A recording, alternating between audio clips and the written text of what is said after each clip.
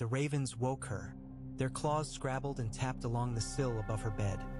A dry, insistent scratching that threaded itself into her dreams turned stone corridors to bone and the whisper of snow to the rustle of wings. Daenerys stirred beneath her furs, face buried in the crook of her arm against the cold, and tried to cling to the last tatters of the dream. Heat, not wind, pressed against her cheeks. The crackle and roar of something vast.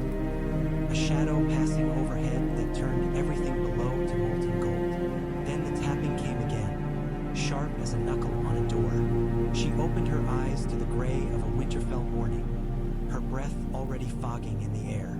The ceiling above her was dark wood, beams scarred by years of smoke from the brazier that now burned low at the far wall. The fire had sunk to embers in the night. The stone floor was a slab of coal waiting for bare feet. The ravens scratched once more.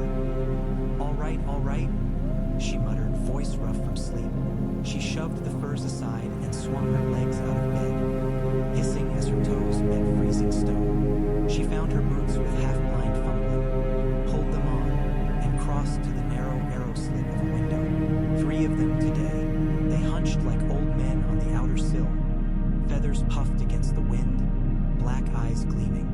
One hopped closer as she looked out, tilting its head as if offended by the delay. Another tore at a scrap of frost with its beak. Beyond them, Winterfell's inner ward stretched out in hues of iron and ash. Snow-dusted stone, smoke rising from the smithy, the faint glow of torches along the walls. Dawn was only a smear of pale light along the eastern clouds. "You're early," Daenerys told the birds. Her breath clouded the glass-slicked stone. "The maester's bell hasn't even rung." The nearest raven pecked at the sill, and she imagined, because it pleased her to do so, that it was impatient to be relieved of its burden, though of course only one bore a message. She knew which one. Its leg was thicker, wrapped close with a strip of leather that the others pecked at when they thought it wasn't looking. She pressed her fingers briefly to the stone, more habit than hope. It was always cold. No warmth seeped upward from the great hall below or the kitchens beyond. Winterfell kept its fire in its hidden heart, underground, running in channels beneath the floors. Up here, she had only what she made herself. "Go to the rookery," she told the ravens. They only stared. She grinned despite herself. "Stubborn," she said. "Fine, I'll fetch the maester then. But mind you don't bite him. He's old." The grin faded as quickly as it had come. No one really minded if she spoke to the birds in an empty room, but she had learned that one did not speak of such things aloud. The last time Arya had caught her talking to the ravens, she had only laughed and joined in, of course, but Sansa had overheard, and Sansa told her mother, and Lady Catelyn's eyes had gone flat as ice. "Leave the ravens to the maester, Dina," she had said in that cool, careful way. "It is not your place to meddle with them." Dina. The name tasted strange on her own tongue when she thought it. It had never belonged to her fully, not in the way Jon's name fit him like a worn glove or Rob's was shouted across the yard when he sparred. Dina was a veil, a layer of wool drawn up against the wind, useful and suffocating all at once. The ravens stared on, black flecks of night against the winter sky.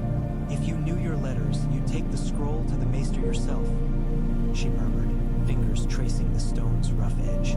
"Then I could stay in bed." They did not budge. She sighed and stepped back from the window. Her breath smoked around her like the ghosts the serving girls whispered of. The brazier sulked in its corner. She crossed quickly, thrust in a few more sticks, and coaxed the embers with a practiced hand until the flames licked up, orange and hungry. Only then did she go to her chest, lift the lid, and pull on the first clothes she touched. Wool, of course, always wool. A dark gray dress made for warmth rather than grace, thick enough to keep out the worst of the wind and plain enough that Catelyn Stark could not complain about impropriety or frivolity. She cinched it with a belt of plaited leather and pulled a heavier cloak around her shoulders, the inside lined with soft fur that had once belonged to one of Arya's ruined cloaks. By the time she'd braided her hair and laced her boots properly, the first weak rays of daylight were creeping down the wall. Somewhere distant, a bell began to toll. She heard the muffled echo of movement in the corridor outside. Servants waking, boys shouting, the shuffle of feet on stone. She opened her door and stepped into the cold. The corridor was empty, save for Jon. He leaned against the opposite wall, arms folded, one boot braced against the stone, dark hair falling into his eyes as it always did. The torch nearby threw gold into the brown of his gaze and carved hollows under his cheekbones, making him look older than his years. He straightened when he saw her, and the corner of his mouth tugged upward. "I thought you'd sleep through the bells," he said.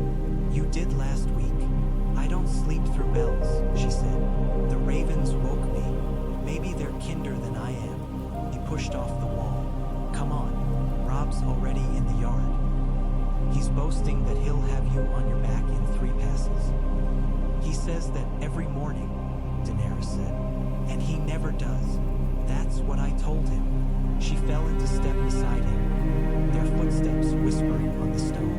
The corridor opened onto a stairwell. The wind met them there, whistling up from the yard below, carrying the sense of smoke and horses and steel. Jon's cloak flared behind him as they descended. The dire wolf of House Stark crudely stitched into the wool by one of the serving women. She had watched them sew it, had thought of asking for something similar once, some device to make her feel less like a shadow among their sigils, but she had not asked.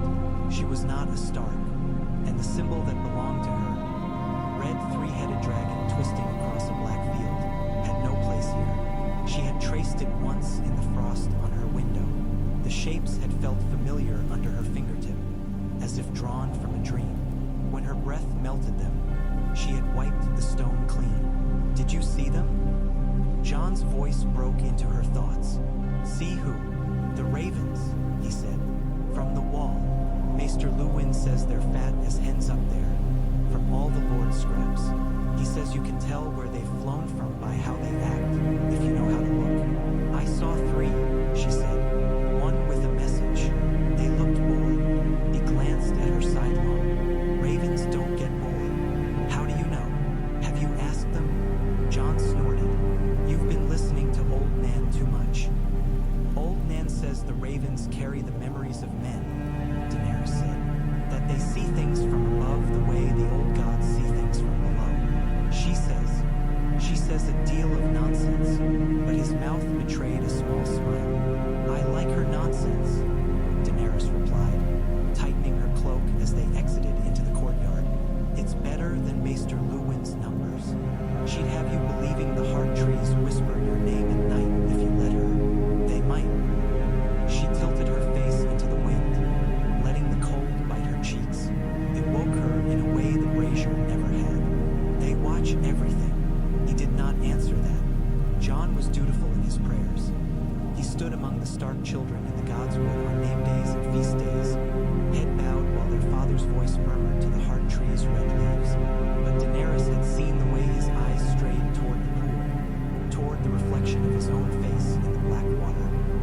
She suspected the old gods, if they cared, were just as puzzled by him as anyone in the castle.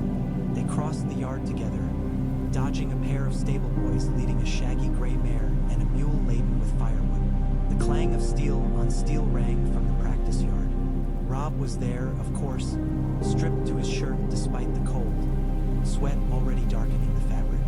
Theon Greyjoy faced him with a blunted sword of his own, mouth curled in a wolfish grin. Bran perched on the fence like a crow, legs dangling, shouting encouragement to whichever seemed to be losing at any given moment. Arya balanced on the lower rail, thin arms stretched out for balance. Her dark hair a snarl of knots escaping the ribbon Sansa had forced on her last night. "About time," Robb called when he saw them. Theon took the opportunity to smack his shoulder. Robb winced, turned, and smacked him back. "Better late than never," Jon said. Dina had to argue with the ravens. "They were stubborn," Daenerys added. "That makes sense," Theon said. "They came from the wall. Everything from the wall is stubborn and ugly." Jon's jaw tightened, but he said nothing. Robb said it for him. "My Uncle Benjen is at the wall," Robb reminded Theon. "He's not ugly." "He's your uncle," Theon said easily. "You're blind to his faults, and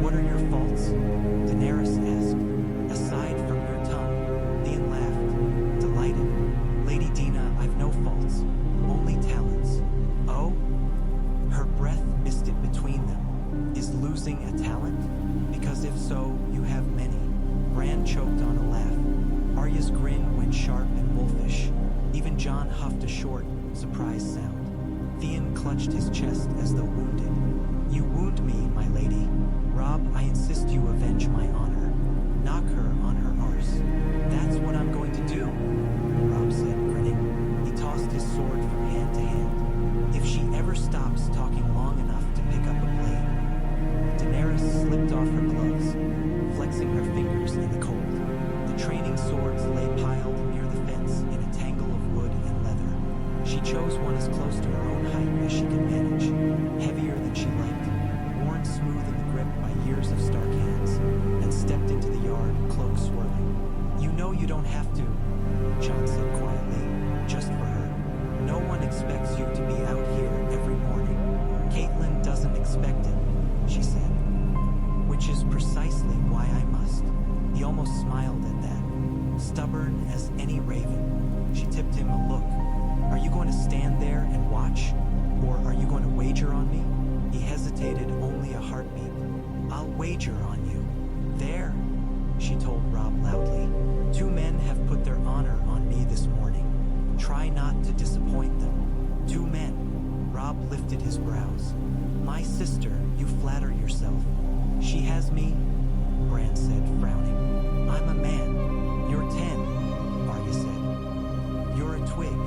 Enough chatter. Theon cut in. Last one standing wins, else I'll freeze for boredom. Daenerys stepped into position opposite Robb. Snow crunched softly under her boots. Her breath puffed in small white bursts. Robb's face was flushed already, but his eyes were bright and focused, the way they always were at practice.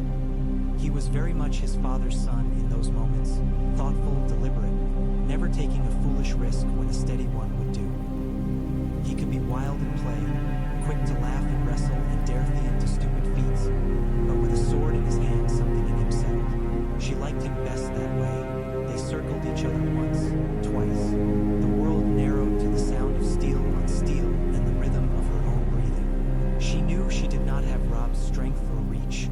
She had learned long ago to fight differently. Maester Luwin had tutayed when she asked for wooden blades. Caitlin had disapproved outright.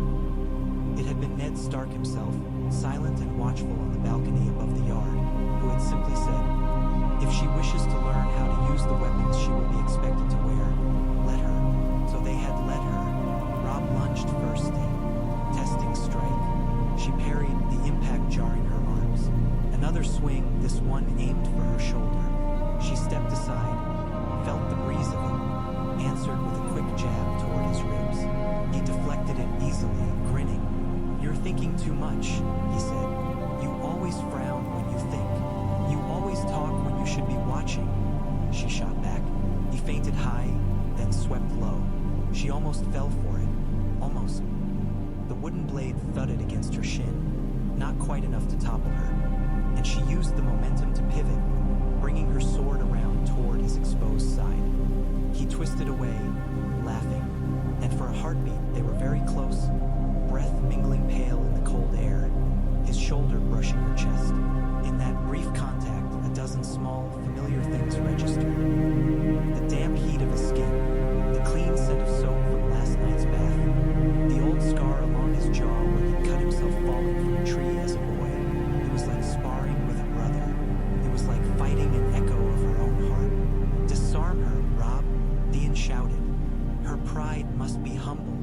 You first, Daenerys muttered, and drove forward. She pressed the attack harder, forcing Robb to give ground, each strike a little less measured than the one before. The wooden blades clacked in a steady staccato. Snow kicked up around their boots. Her arms began to ache. She ignored him. He was stronger, but she was quicker, and she was angry this morning, for reasons that had nothing to do with swords or brothers or the way her breath froze in the air. She was angry at the ravens, at Maester Luwin's lessons, at Lady Caitlyn's cool eyes and careful distance, at the way the servants still whispered sometimes, when they thought she could not hear. Angry at being Dina, when somewhere inside another name coiled like a sleeping dragon. Robb's guard slipped for half a heartbeat. She saw it, the slight overhang position of his arm, the way his weight settled too far on his forward leg and slashed. Their swords collided near the hilts. She twisted hard, using his own strength against him. The wooden blade flew from his hand and thudded into the snow several feet away. Bran hooped. Arya shrieked with delight. Theon groaned. Robb stared at his empty hand, then at her and laughed, breathless. "The Maiden of the North wins again," he proclaimed, lifting both arms. "Honor saved, Theon's pride wounded, and Jon's faith rewarded." "I'll see to Theon's pride later," Arya said. "I'll throw him down the well." "You'd miss," Theon said, though his grin was tight. Daenerys lowered her sword, fighting not to look toward the balcony above the yard.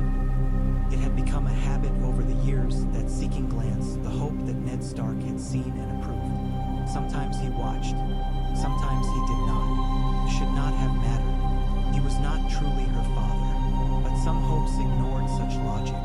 This morning he stood there. He rested his hands on the stone rail, the stark frown etched into the lines of his weathered face, gray eyes steady as winter rain. Beside him, Maester Luwin hovered like a small, patient crow, his chain glinting around his neck. Both men looked down upon the yard with the same air of reluctant fondness.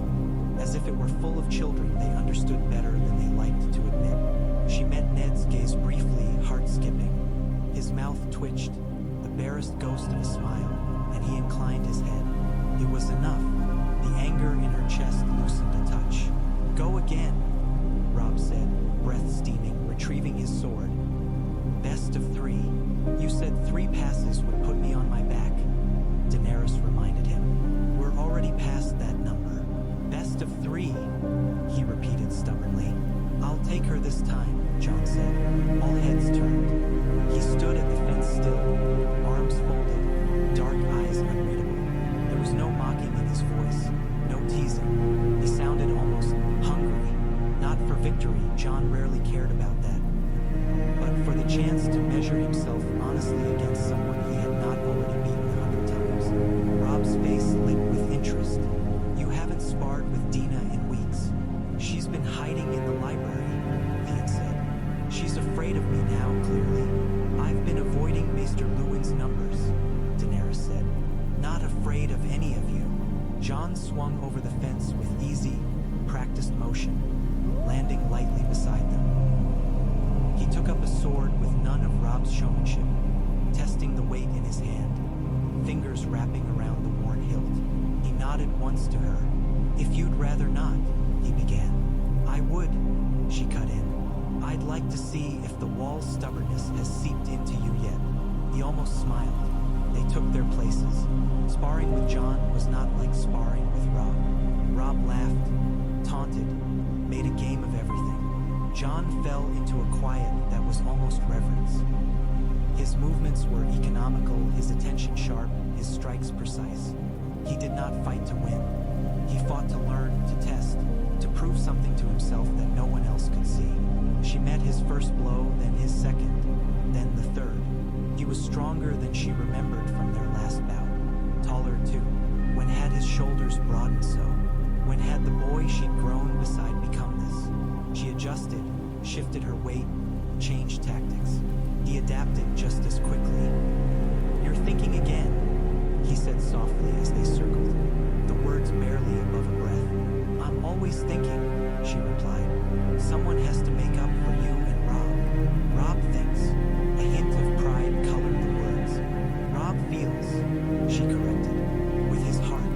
You think with your shame." His eyes flashed, dark and wounded. He struck harder. She regretted the words as soon as they left her mouth, but she did not apologize. Apologies between them were rare things. They left them to hang in the air, to freeze and fall and be buried by the next snowfall. Instead, she bore his renewed assault, let the force of it push her back, wait. D for the overreach that always came when Jon grew angry. It did not come. He held himself in check, jaw clenched, breathing steady. Steel will, Maester Luwin had called it once. The blood of the first men ran true in him, whatever name he bore. He caught her wrist with a deft twist, sending her sword spinning from her hand. landed point first in a drift, humming. She hissed softly, more at herself than at him. The yard cheered. Arya's voice rose above the rest, hoarse with excitement. Robb clapped, broad grin stretching his face. Theon hooped like a madman. Jon dropped his sword's point to the ground immediately, eyes searching hers. "Are you hurt?" "Only my pride," she said, flexing her fingers. Her wrist throbbed. She would have a bruise there by nightfall. "Then we're even," he said, his mouth quirked. "You insulted my thinking." "I insulted your shame," she said. "Your thinking is tolerable." "Tolerable," he repeated. "High praise from the maiden of the north." "Stop calling me that," she said sharply. "I'm no maiden. I'm just a girl who cannot hit you properly." "You hit me last time," he reminded her quietly. "You knocked me into the mud and laughed for an hour." "I did," she said, a grudging smile tugging at her lips. "That was a good day." The laughter in the yard slowly ebbed as the morning's duties called. Bran was dragged off by a nurse muttering about lessons. Arya darted away toward the armory, probably in search of hidden treasures. Theon went to see to the horses, though not without a bow so elaborate in her direction that it bordered on mockery. Robb slung an arm around Jon's shoulders and murmured something about talking to their father regarding the next hunt. Daenerys watched them go, feeling that familiar ache, that odd mixture of belonging and not, of warmth and distance. They accepted her in their games and quarrels, their meals and prayers. They teased, confided, fought, and laughed with her. And yet there was always a line, invisible and unspoken. Bastard, the word followed Jon like a shadow. Ward, it clung to her like a second skin. Lady Dina, the voice came from behind her. She schooled her face before she turned. Maester Luwin had descended from the balcony while she'd been watching the others. He stood a few paces away, hands tucked into his sleeves, chain glinting around his thin neck. Up close, she saw the lines at the corners of his eyes more clearly, the faint tremor in one hand that age had brought. "Maester," she said, inclining her head. "There are ravens," he said, "from the south and from the wall. I could use your help." She brightened despite the chill in her chest. "With the letters? With the delivery?" His eyes crinkled. "You've a lighter step than I, and sharp eyes." She did not miss the way he phrased it. Not pupils, not mind, though he valued both. Step and eyes, things a Stark lady might be praised for. Maester Luwin was careful with what he allowed to be seen and heard. More careful still when Lady Catelyn was within earshot. "Of course," Daenerys said. "I saw them at my window. They were impatient." "Impatient, were they?" He smiled faintly. "You'll have them complaining about the cold next." "They already do," she said, and followed him toward the rookery. Winterfell's rookery sat atop a squat tower above the maester's chambers, accessible by a narrow stone stair so steep and tight that it seemed carved for children rather than men. The higher they climbed, the colder it grew. The wind found every crack and gap, slipping fingers of ice beneath her cloak. By the time they reached the top, her cheeks burned and her nose was numb. The rookery stank of feathers and droppings and old straw. It was a smell Daenerys had come to like, in a way. It reminded her of secrets, of letters coming and going, carrying news of distant places she had never seen, of a world larger than the walls of Winterfell. The ravens croaked and muttered as they entered, hopping from perch to perch. Maester Luwin moved among them with an ease born of long practice, soothing them with soft words, taking each bird gently in his gnarled hands to check its legs and remove messages. "There we are," he murmured. "Easy, old friend. Mind your beak. I'm not as quick as I once was." Daenerys fetched fresh water and grain from the barrels near the door, refilling the trays beneath the perches.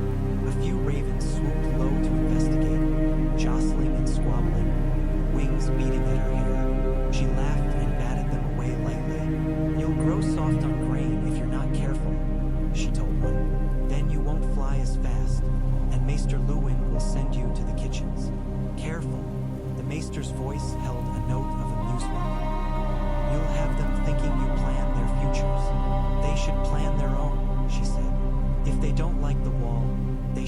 south and see the summer sea. The wall is their home, he said. Ravens do not think of seas. Maybe some do, she replied. He made a non-committal noise and shuffled to the small table near the window, where he laid out the messages he'd taken from the raven's legs. 3 already, the strips of parchment curled lightly at the edges, sealed with wax. 1 dark green with a leaping trout pressed into it, riverine. 1 gray, plain, stamped with a dire wolf. Another from the wall. Then, the last was yellowish, thick. The wax blobbed more than pressed. The seal broken in transit so that it hung like a scab along the edge.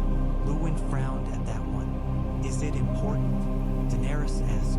Every letter may be important, he said. That is not for us to decide, but a broken seal is never welcome. He picked up the yellowed parchment carefully, turning it to catch the light. No sigil, no neat impression of a noble house, only the faint smear, as if someone had tried and failed to stamp it properly. The handwriting may tell us more, he said. Or the words, she suggested. He glanced at her own, for the rims of his small, round spectacles. Words reveal more than some men wish. I like them for that, she said. His mouth twitched. So do I. Wait here. He carried the letters to his desk and set about the small, precise rituals of a maester's day, warming his hands over a brazier, selecting a thin-bladed knife to cut each seal, smoothing the parchment before reading. Daenerys watched, shifting her weight from one foot to the other when the cold seeped through her boots. Help yourself to the brazier, he said absently, eyes scanning the first letter. You're shivering. I am not, she said, stepping closer to the fire regardless. Her eyes strayed toward the window. From up here, Winterfell spread out beneath her like a gray stone flower. The great hall, its roof white with snow, the towers jutting like blunt fingers. The godswood, a dark tangle of branches, and the pale slash of the hard tree at its center. Beyond the outer walls, fields lay fallow under a skin of frost, their furrows softened by the last light snow. Smoke rose from a few scattered farmsteads, thin as threads. Somewhere beyond all that, beyond the hills and forests and rivers, lay King's Landing. She had never seen it. She had only heard its name, spoken in tones that varied from grudging respect to quiet contempt. Sometimes in the servants' hall at night, when the wine flowed more freely, someone would start on tales of the capital. Its stink and splendor, its gold and blood, and she would press closer, greedy for every detail. She imagined it now, as she often did. A city of pale towers like bones thrusting from the earth, the sea breaking itself against a wall of black stone, the sky above filled with, "Ah," Maester Luwin said. The soft exclamation pulled her back. He held the yellowed parchment closer to the light, lips pressing into a thinner line. "What is it?" she asked. "A letter from the south," he said slowly. "From the king's hand." Her heart skipped. "From King Robert? The seal suggests so," he said, turning it so she could see the blurred impression. "Crude, but the stag's antlers are there. The handwriting is Lord Aaron's, I'd wager, or his steward's. The king rarely troubles himself with quills. Is it about the harvest?" she asked. "Or taxes?" He did not answer immediately. His eyes moved quickly across the page, once, twice. His brows climbed. He reached for another letter, the one bearing the trout of Riverrun, and opened it with more haste than usual. "Maester," Daenerys pressed, frowning. "A moment, child," he said. "I must be certain." She bristled a little at the word child, though she knew he meant no condescension. She was 15 now, nearly 16. Robb spoke already of taking up more duties from his father, of riding with the men on longer hunts, of one day standing in Lord Stark's place. Sansa whispered about betrothals and songs. Even Arya, who scoffed at both, had grown into her limbs enough to strike with a sword instead of tripping over it. Daenerys felt caught between, too old to be coddled, too young to be entrusted with truths. Maester Luwin read the second letter quickly, then laid it atop the first. His chain chimed softly as he straightened. For the first time she could remember, she asked quietly. Not wrong, he said slowly, but significant. He folded both letters carefully, aligning their edges, and tucked them back into their cracked seals. When he looked at her, his gaze had sharpened, as if he were adjusting on some inner lens. I must take these to Lord Stark, he said, at once. Of course, she replied. Disappointment pricked at her. She had hoped to hear the words, to know what stirred in the south. Shall I? You may return to your chambers, he said, or to the library if you wish. I expect Lord Stark will send for you soon enough. Send for me? Her pulse skipped. Why would? Because, Maester Luwin said, the king rides north, child, with all his court. She stared. He's coming here? She whispered. To Winterfell, he said, to see his old friend, to see Lord Stark.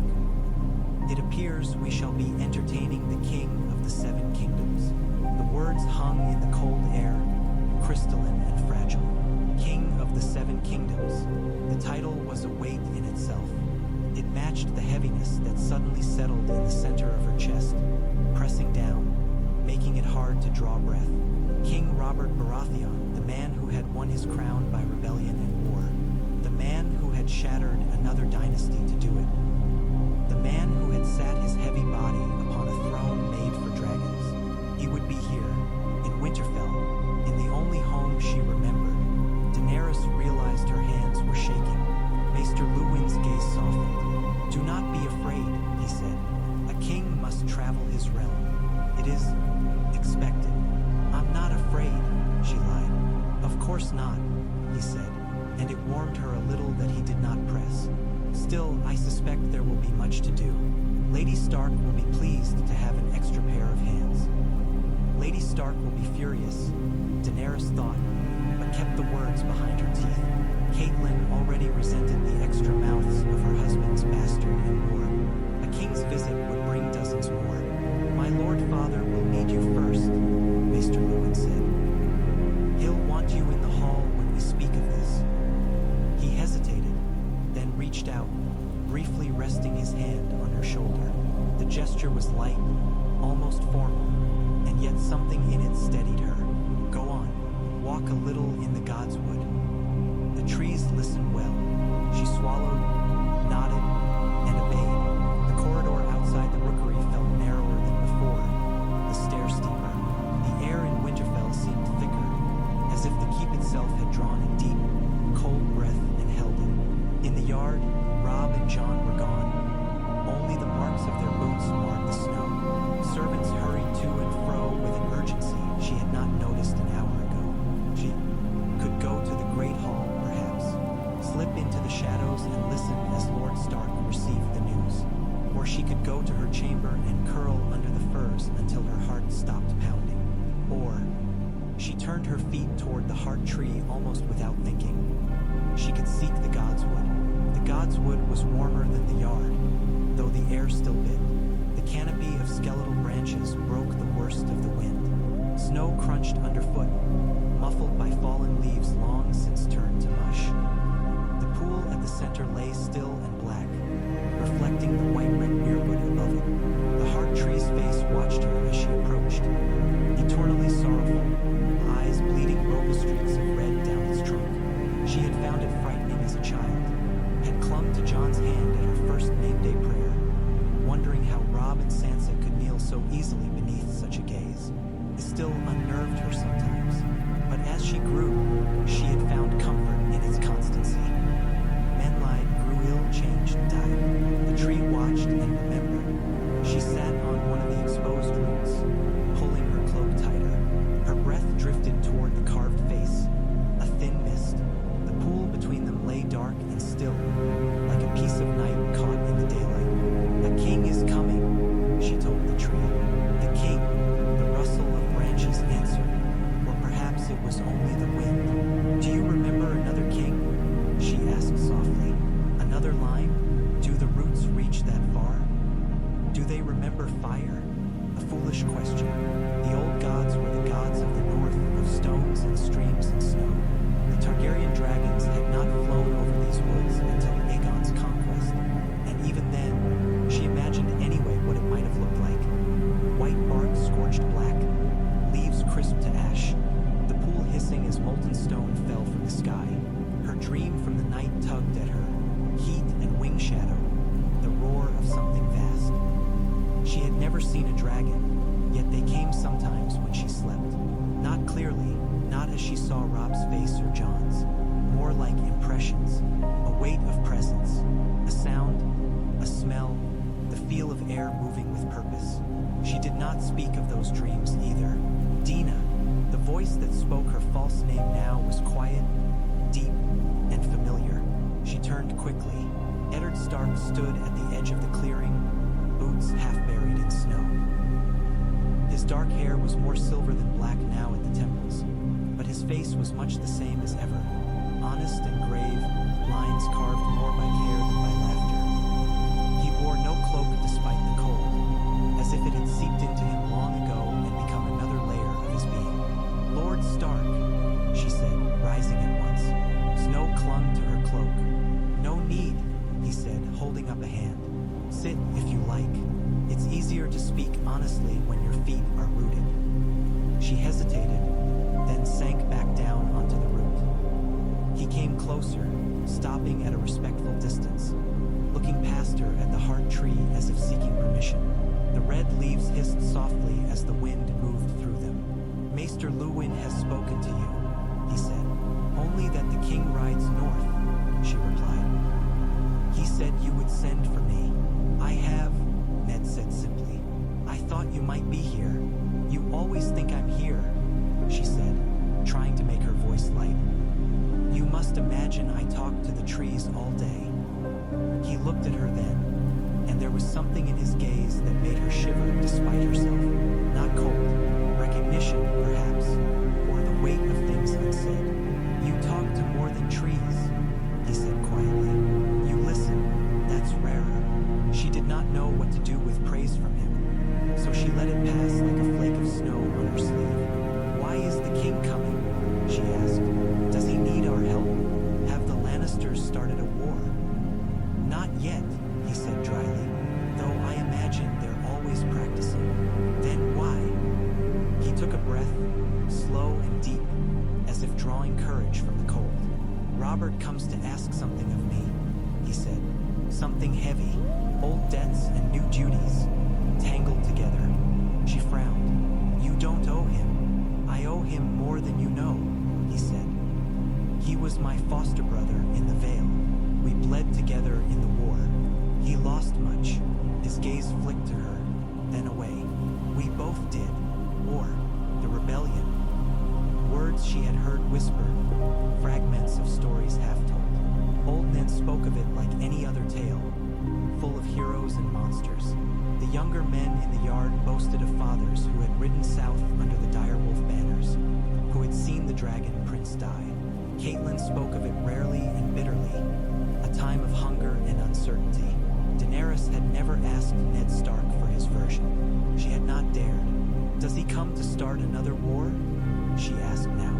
"No," Ned said. "He comes to bind. Alliances, friendship, to ask me to stand beside him in a different kind of battle." "Then that is good," she said. "No more men will die."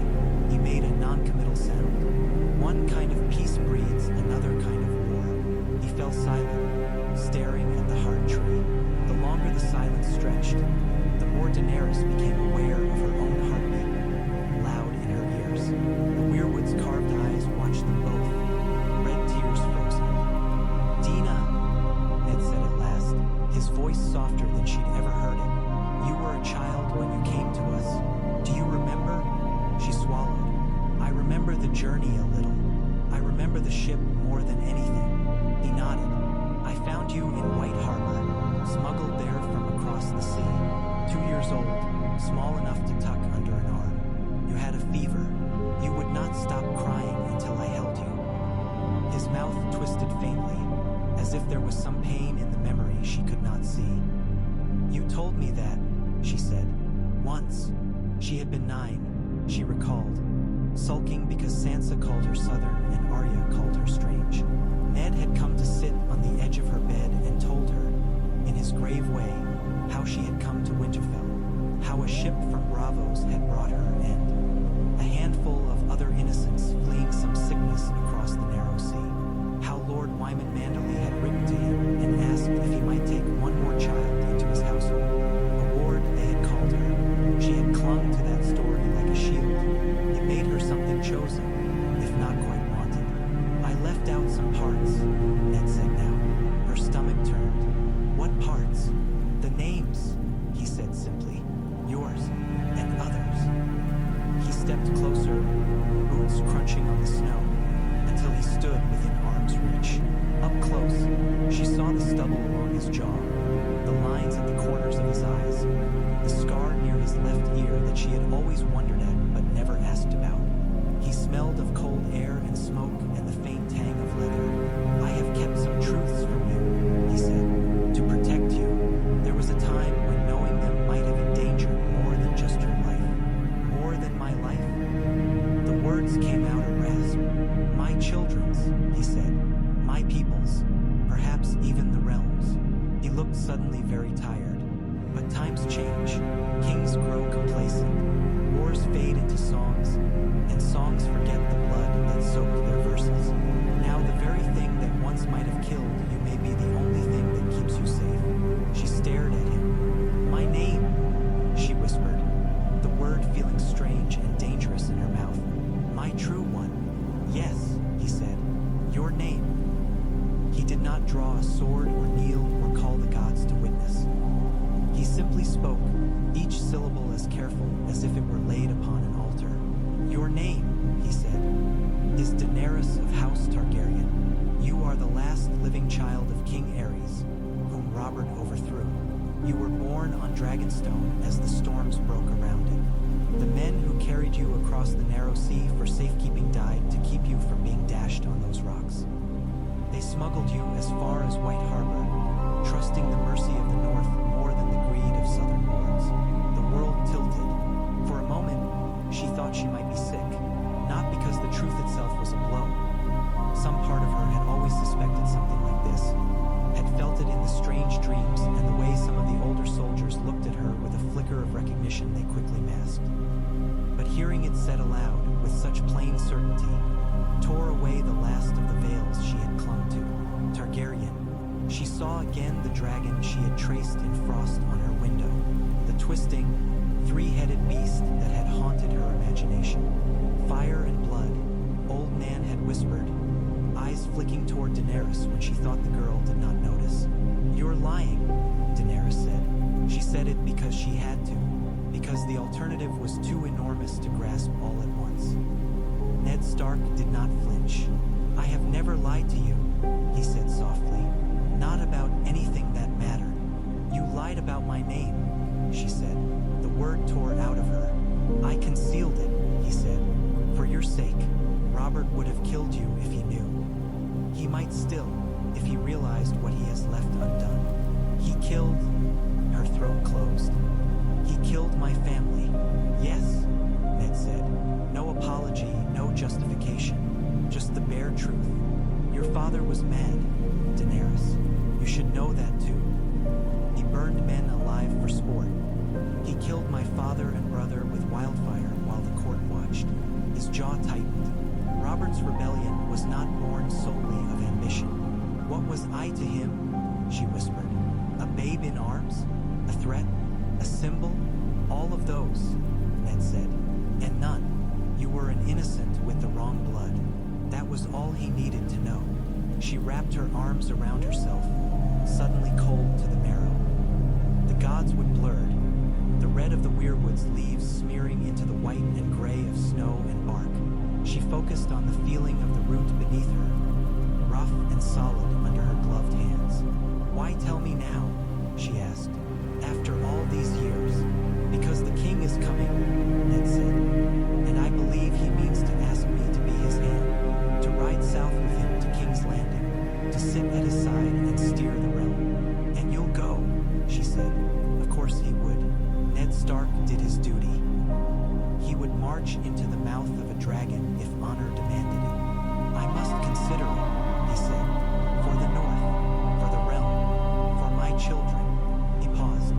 For you, she lifted her me? How is my being here a consideration to the king's hand? If I go south, he said slowly, I cannot leave you here without telling you what you are. Not when the king rides under my roof. Not when he will look at every face in my hall and weigh it against his memories of the war. I need you to understand why you must be careful. Why your life is more complicated than most. I am a threat, she said dully. You are a possibility, he corrected. A fire that could warm or burn, depending on how it is tended. Old Nan's stories, she said, a bitter laugh catching at the back of her throat. The last dragon's daughter, hidden in the snow, I thought she said those things to frighten Sansa. She said them because old women have long memories, he replied. And loose tongues. She closed her eyes. When she opened them again, the world was still there. The heart tree still watched. Ned Stark still stood before her. The man who had taught her to hold a spoon, to sit a pony, to read the stiff, cramped letters of the Maester's books. The man who had put a wooden sword in her hand when everyone else thought it ridiculous. You are my ward, he said quietly. That has not changed. This is your home. That has not changed either. Whatever blood runs in your veins, whatever name you might claim, you are my responsibility. My daughter, in all but law. The word slipped out, roughened. Something cracked in her chest. Not like ice breaking, more like a shell. Does Lady Catelyn know? She asked. It mattered. Gods, it mattered. Of course, he said. I would not keep such a thing from the lady of my house. She agreed that concealing your name was wisest. For all of us.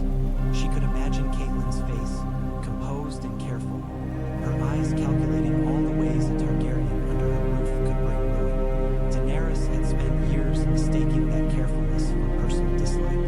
Perhaps it was both. And your children? She asked. Robb, Sansa, Arya, Bran, Rickon. Jon. They know only that you were brought to us as a ward from the south, he said. As for Jon, he hesitated, and some other thought flickered behind his eyes. Jon knows enough of being judged for his blood. I would not burden him with more. She swallowed. Should I hate him? She asked. The king, for what he did. I cannot tell you what to feel, Ned said. Your father was my enemy. Your brother Rhaegar was the man my best friend killed on the Trident. Your family's fall gave Robert his crown and cost mine half its joy. I have spent many years carrying the weight of those tangled debts. I would not lay them on your shoulders. But you are, she said softly. I am giving you truth, he replied. What you do with it is your choice. Choice. The word rang through her. She had never had much of it, not really. Where to walk, what to wear, what to learn, these things had parameters set by others. She had obeyed, because it was sensible, because disobedience brought cold looks and sharper words. But underneath, some part of her had always been restless. Some small, stubborn ember had refused to go out. Now suddenly there was air. What would you have me do? She asked. It was both plea and challenge. For now, he considered. For now, you will do as you have always done. Walk these halls. Learn what Maester Luwin can teach you. Help your sisters in their tasks. Keep your brothers from killing themselves on horseback. Smile when you must, listen when men forget you are there. Be clever, be cautious, and when the king comes, she pressed, his jaw tightened. When the king comes, you will keep your hood up in the yard when you can. You will not linger in his sight longer than you must. If he looks at you and feels some ghost of the past stirring, we will call you Dina and speak of the Bravosi ship and the fever that nearly took you. We will give him nothing more. And if that is not enough, then we will see, he said. I have kept you safe this long. I do not intend to fail now. She searched his face. He spoke simply, without flourish. There was no oath, no dramatic vow, no promise he did not know if he could keep. Only that quiet, unshakable, stark certainty. She believed him, but belief did not quiet the tremor in her hands, nor the tightness in her chest. The king rode north. The man who had won a kingdom with her blood and burned her house to ash would walk these stone halls, sit in the great chair at the far end of the table, and drink wine in the same room where she broke her bread. And she was a Targaryen. The word did not fit yet, scratched at her, too big and too sharp. She had grown into Dina like a cloak that did not quite sit right on the shoulders, always tugging, always slipping. This new name felt more like a weapon laid across her leg. Heavy. Dangerous. Hers. What if he asks? She said suddenly. What if he looks at me and says, "Who is this girl?" What will you say? Ned's mouth twitched. I will say, "This girl is my ward. She has a sharp tongue, a stubborn spine, and a tendency to read past the hour when the candles should be snuffed. She argues with my maester and bests my heir in the yard. She sometimes forgets her place, but more often she remembers it better than those moored to theirs." Her throat grew thick. "And if he asks more, I will say," Ned continued, "that she is under my protection. That should be enough for any man with a grain of sense. And if it is not, then perhaps it is time the realm remembered that the North remembers more than grudges." A faint, hard light came into his eyes. Robert has grown fond of his crown. He forgets on whose backs it was won. "You would fight him?" she asked, hardly daring to breathe. "For me? I would fight the gods themselves to keep my children safe," he said simply. Children. He had not corrected himself this time. She looked down at her hands. Long fingers, calloused from sword hilts and ink-stained from maester's quills. These hands could pluck feathers from a hen, mend a torn shirt, hold a book, wield a blade. They could also, apparently, inherit a throne. "I don't want a crown," she said. The words surprised her as she spoke them. "I never thought of it. She broke off, unreasonable laughter bubbling up suddenly. "Arya would say I should put it on Bran's head and run." Ned's mouth twitched. "Arya would say many things. That does not make them wise. I know only Winterfell," she went on. "Snow and stone and the way the wind sounds in the cracks. I know how to mash turnips and stitch a seam and steady a horse. I know how to read your ledgers and count your grain and tell when a man is lying because he wants more than his share. What use is a girl like that in King's Landing? More use than all the silk-swaddled vipers in the Red Keep," he said dryly. "Do not underestimate what you know, or who you are, who she was. Daenerys Targaryen, Dina Snow, Lord of Winterfell, blood of dragons." She closed her eyes and saw, for a heartbeat, an image that was not the god's wood or the yard or the library. A hall of dark stone, lined with torches. The weight of a circlet on her brow, not heavy like iron but balanced, like a sword well forged. Faces turned toward her, not in suspicion or pity but in expectation. A map spread out before her, its painted rivers and mountains as familiar as her own veins. She opened her eyes. The image fled. "What if I want nothing to do with it?" she asked. It was not defiance, not quite. More like a test. "Then you will have nothing to do with it," Ned said.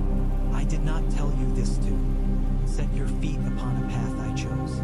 I told you so you could see the paths that lie before you clearly. Whatever choice you make, Winterfell is yours until you choose otherwise. Even if I choose wrong," she whispered. He exhaled. The breath plumed in the cold air. "Our lives are made of wrong choices and right ones woven together. The gods alone know which is which, and they seldom bother to tell us. I have made choices that haunt me still. But you, I have tried, at least, not to let my ghosts decide your fate." She wanted suddenly, fiercely, to throw herself against him, to bury her face in his shoulder and let herself be small, just for a moment. But she was 15, almost 16, too old, she told herself, for such things. Instead, she straightened her back. "What would you have called me?" she asked. "If I had been born here, if you had named me yourself?" He blinked, taken aback by the question. "Here? In Winterfell?" "Yes," she said. "If I had been truly yours and Lady Caitlyn's. If there had been no war, no dragons, no kings." He considered. "Lyanna," he said at last softly. "I might have called you Lyanna, for my sister. She was wild and willful and brave.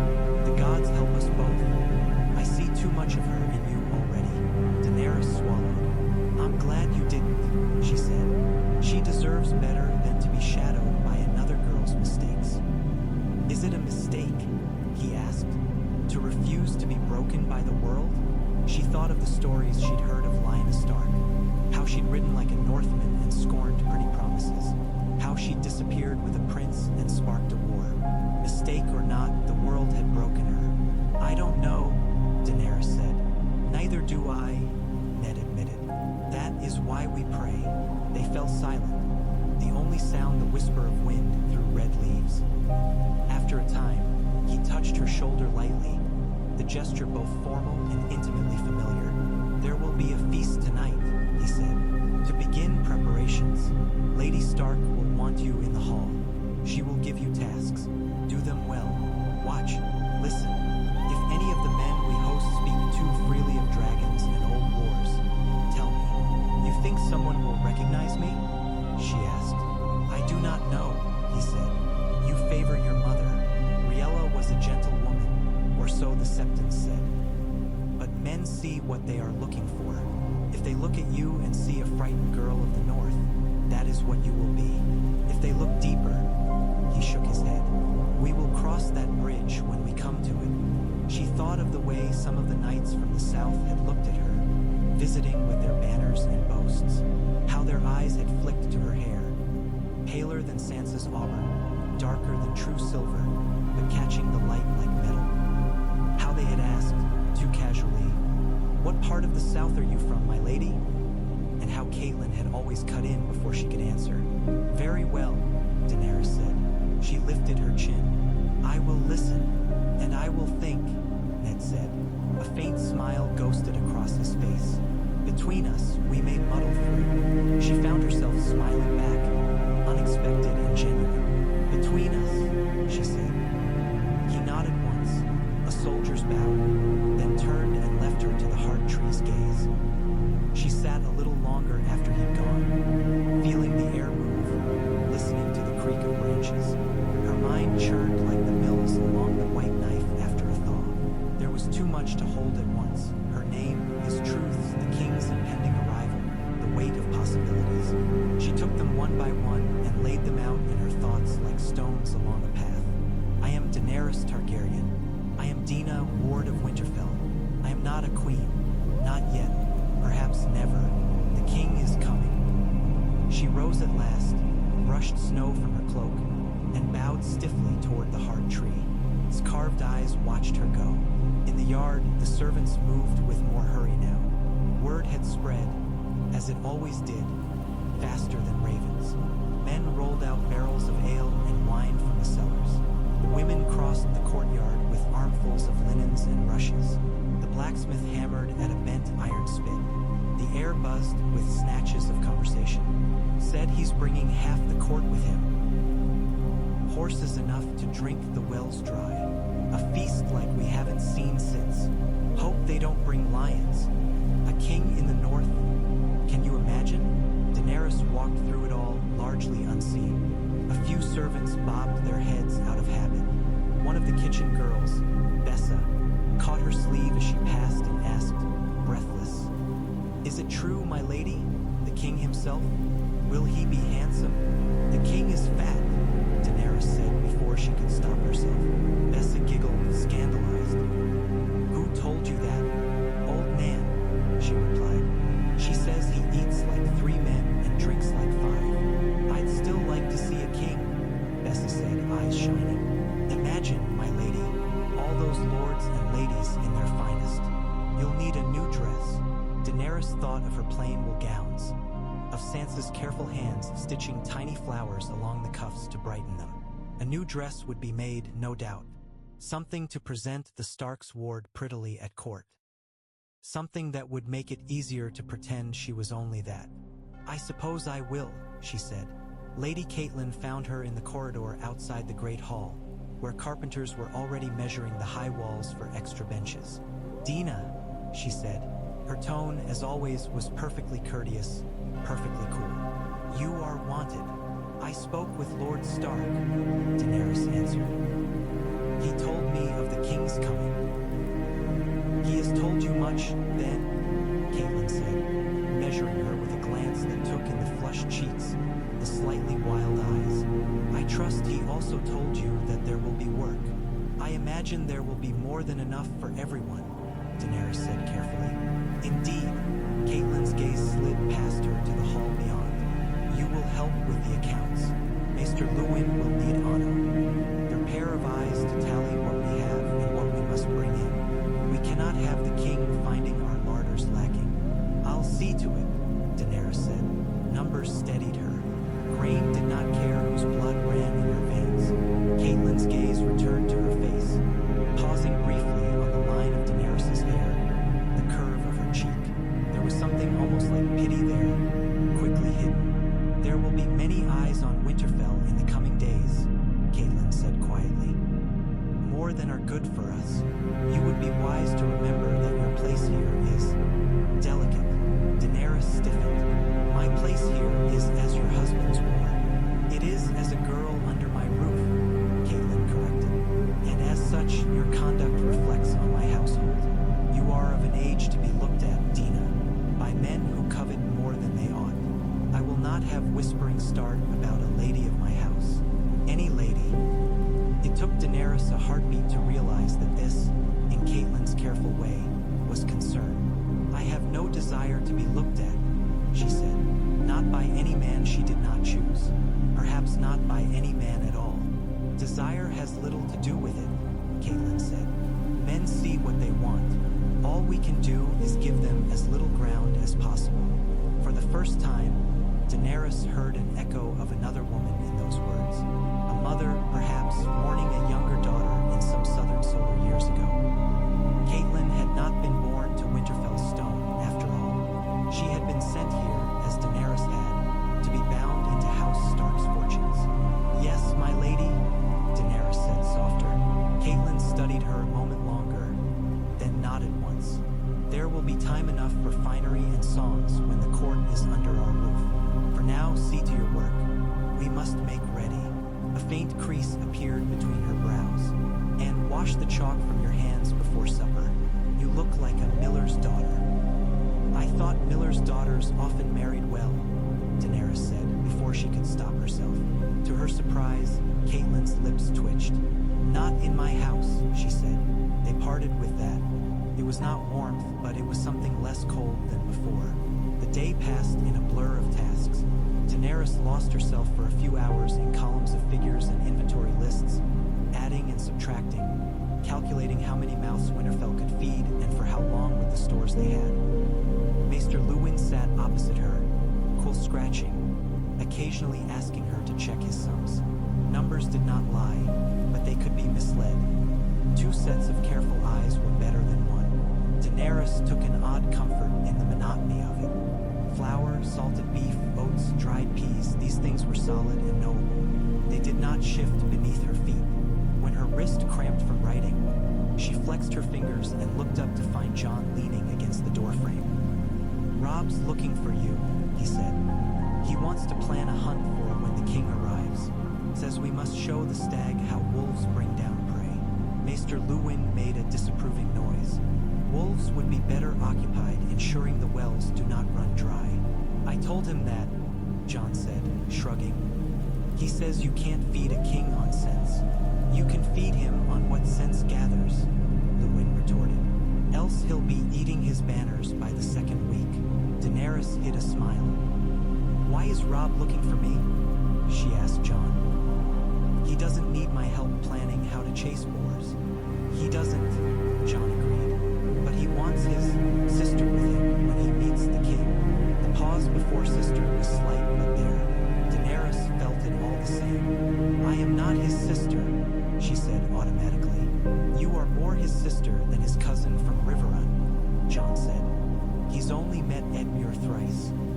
He's known you his whole life. She had no answer to that. Will you come? Jon asked. To the hunt. If Lady Catelyn allows, she said. Jon made a face. That means no. It means I will ask, she said. I'm sure she'll want someone sensible to hold the hounds. He smirked. Then Arya should come. Arya will tie bells to their tails and call it music, Daenerys said. I think I'll spare the hounds. Jon's gaze lingered on her a moment. You're different today, he said, cautious. Different how? He frowned, searching for words. Like when you spar. just before you do something foolish." She laughed softly. "Perhaps I am considering both.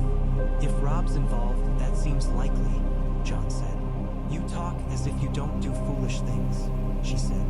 "Who was it that rode the old mare bareback down the icy ditch last winter?" He flushed. "That was for Bran." "And who climbed the inner wall to see if the view from the top of the first keep was better than from the gatehouse?" He scowled. "You did." She tilted her head. "And who followed me?" He mumbled something she chose to interpret as surrender. "I'm fine, Jon," she said, softening. "Truly, you're lying," he said. She blinked. "Why would you say that? Your eyes go far away when you lie," he said. "Like you're listening to something behind you instead of the person in front of you." "Maybe I am," she said. "Perhaps the ravens are whispering treason in my ears." "Then stop listening to them," he said. "Listen to Rob's nonsense instead. It's less dangerous."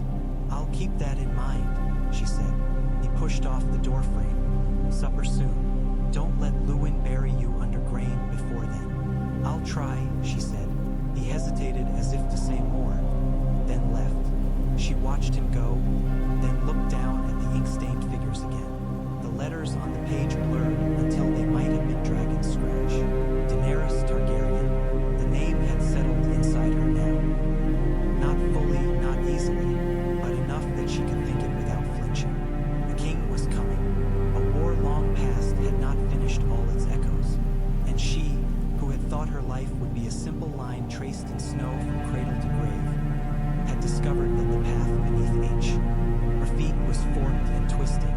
Later, when the hall was full of flickering torchlight and the smell of roasting meat, when Robb leaned close to whisper plans for a grand ride and Sansa sighed over the prospect of southern finery, when Arya slid peas at Bran and Catelyn shushed them all with a glance, Daenerys sat quietly listening. She listened to the way men spoke of crowns with awe and fear. She listened to the way Lord Stark's voice flowed calm and steady through the noise. She listened to the servants' gossip behind her and the ravens croaking faintly in the distance and the steady drum of her own heart. She watched too. She watched how Robb's eyes shone when Ned spoke of duty, how Jon's gaze slid to the door whenever an unfamiliar voice rose, as if expecting someone to burst in and name his shame, how Catelyn's hands never quite stilled, always smoothing a crease, adjusting a cup, touching the smallest son's hair. This, she thought, is my realm, for now. A kingdom of stone corridors and smoky halls and the people who filled them. A small kingdom, a safe one, but beyond it there were others, golden and bloody and waiting.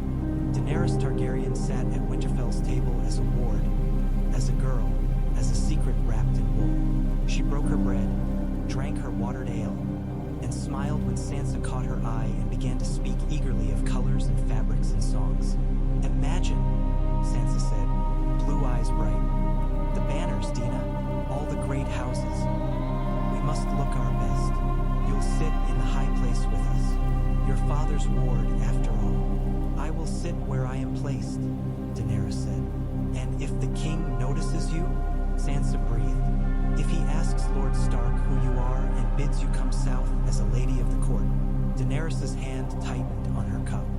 "If he notices me," she said calmly, "I'll lower my eyes and hope he sees nothing worth remarking upon." Sansa pouted.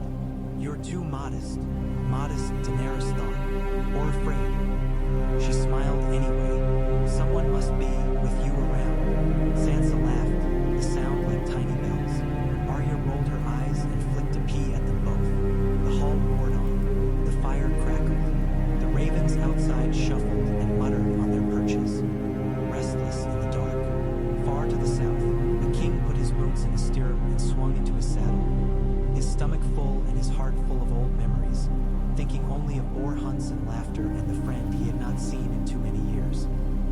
Far to the south, in a city built on dragon's bones, a throne of swords waited.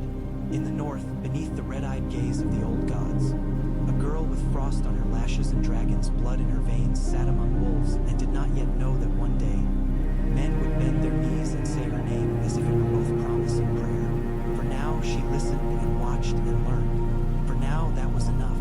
The king came with the sun.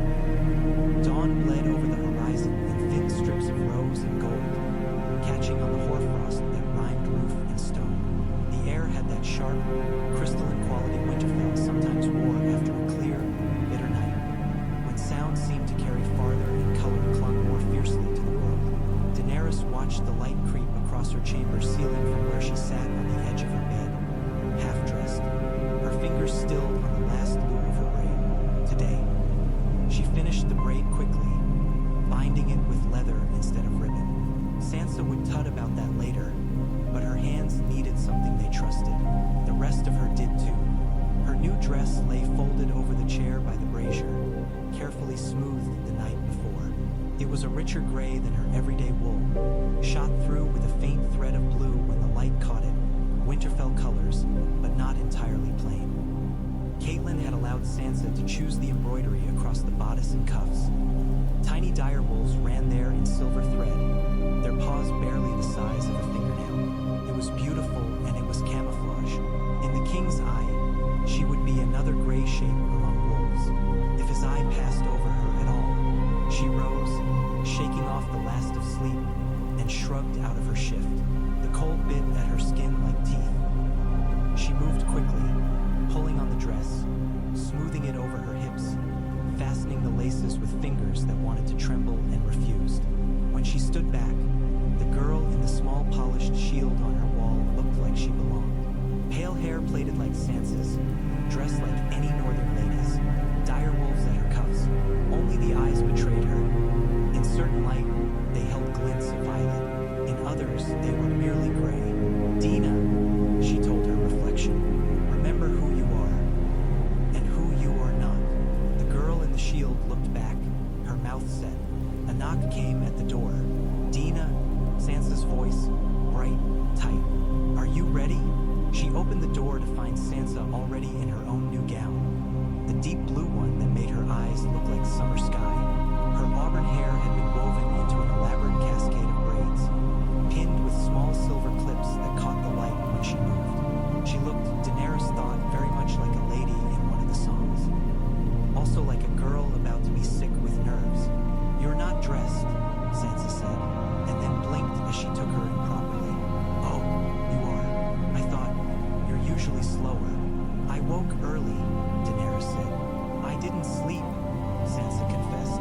I kept dreaming they'd arrive and I'd still be in my shift and Septa Mordain would faint dead away and Arya would be in my good gown instead, covered in mud. That sounds more like Arya's dream, Daenerys said.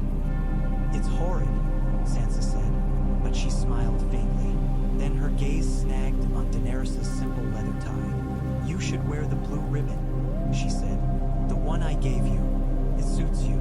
It tangles, Daenerys said. That is because you pull at it, Sansa said primly. I'll fetch it. She bustled past before Daenerys could protest, going straight to the small carved box on the chest where they kept little treasures. Ribbons, buttons, bits of glass that caught the light. A pebble John had brought Arya from a wolf's wood that, if you squinted, looked like a wolf's head. Sansa's fingers were deft, used to arranging hair, and Daenerys let her work. The ribbon slid over her braid, soft and slick. It was such a small thing, that bit of blue. It made the dire wolves on her cuffs seem more deliberate. You look very pretty, Sansa said, stepping back. Like a story. Stories don't have to worry about tripping over their hems, Daenerys said, or being stared at. Being stared at is half the point, Sansa said. If a king is coming, someone must be worth looking at. Then he will look at you, Daenerys said simply. Color rose to Sansa's cheeks. You don't think he'll notice? I think he'll be too busy noticing the size of the joints at supper, Daenerys said, but she softened the words with a small smile. But his men will see. They always do. Sansa bit her lip, trying not to smile and failing. Then her expression sobered. They say the queen is beautiful, she said. More beautiful than anyone. Septa Mordain says she was the most desired maid in the Seven Kingdoms. Did Septa Mordain desire her? Daenerys asked. Sansa gasped, then giggled, horrified at herself. You're wicked. You can't talk like that today. Not when the queen might hear. I won't say it where she can, Daenerys promised. Though I would like to know what she says about being desired. She's a queen, Sansa said. What else matters? Daenerys thought of Ned in the Godswood. Lines of care etched deep around his eyes. Of Catelyn smoothing a hand over the table, always thinking of the next thing, the next worry, the next slight. Of old Nan calling Cersei Lannister, the little herself. "I can think of a few other things," Daenerys said. "Bread enough for winter, children not dying in wars, a husband who doesn't drink himself into a stupor and fall on top of you every night." "Dina," Sansa hissed, scandalized. Then, quieter, "Do you think the king?" "I think kings are men," Daenerys said. "And men do as men do, crowns or no." The thought seemed both to unsettle and fascinate Sansa. She fussed with the sleeve of Daenerys' gown, smoothing an invisible crease, the way Catelyn did when she was thinking. "Father says he is good at heart," Sansa said. "The king, that he's been misguided, that he needs the right counsel. That is what Lord Stark is for," Daenerys said. "That, and to show him the North is strong," Sansa said. Pride straightened her shoulders. "We must make him proud to be our father." Faint warmth moved through Daenerys at the word hour. It had always been that way with Sansa. She did not question belonging as the others did. She simply included. It was both her great kindness and her greatest blindness. "We will," Daenerys said. A distant horn sounded from the walls. A long, echoing note that made the tiny hairs at the back of her neck rise. Not the harsh blare of alarm, but the steady call of arrival. Sansa's fingers clutched at hers. "They're here," she whispered. "Come on," Daenerys said, squeezing back. "Before Arya steals your place." They went together down the stairs, skirts gathered in fists, pace quick enough to draw a frown from Septa Mordain when they nearly collided with her on the landing. "Ladylike Sansa," the Septa said. "Glide, don't gallop. And you, Dina, mind your posture. You look like a stable boy sneaking off with a pastry." "I've never seen a stable boy eat as well as we do," Daenerys said, but she straightened her back, chin lifting. Her heart was pounding now in time with her steps. The courtyard was already filling as they emerged. Servants lined the walls, their best tunics and gowns hastily donned. Guards stood at attention along the ramparts, spears gleaming in the thin sunlight. The Stark banners, gray direwolves on white, hung heavy and still in the cold air. At the far end of the yard, near the gatehouse, Ned stood with his sons, his black cloak and dark hair making him look like a piece of the wall come to life. Catelyn waited near the base of the steps, her gown deeper blue than Sansa's, her hair caught up under a net of silver. She caught sight of them, nodded approval at Sansa, and gave Daenerys a long, measuring look. Whatever she saw seemed to satisfy her. She turned her attention back to the gates, where figures were already visible between the stone teeth. "Remember," she said quietly, not turning, "courtesies first. We are House Stark. We do not forget ourselves, no matter who stands before us." "Yes, Mother," Sansa murmured. Daenerys said nothing. She looked instead to the gate. They came in a glittering wave of metal and color and noise. First the outriders, helms and breastplates catching the light, cloaks snapping behind them. Then the banners, a golden lion on crimson, a crowned stag on rich black, a few lesser sigils Daenerys did not know. The horses were finer than most Winterfell had seen.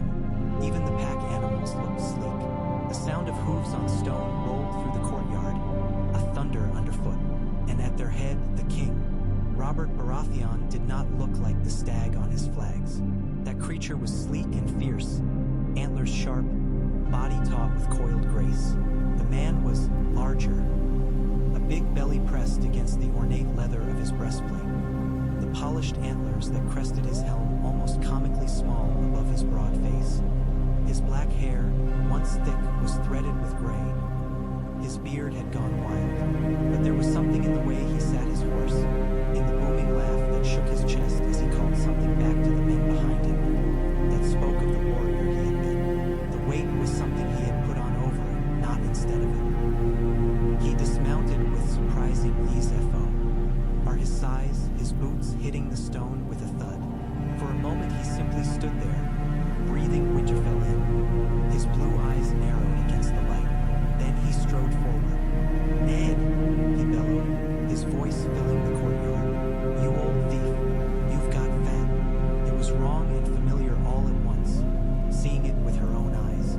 Daenerys had heard old Ned tell the story of the king's visit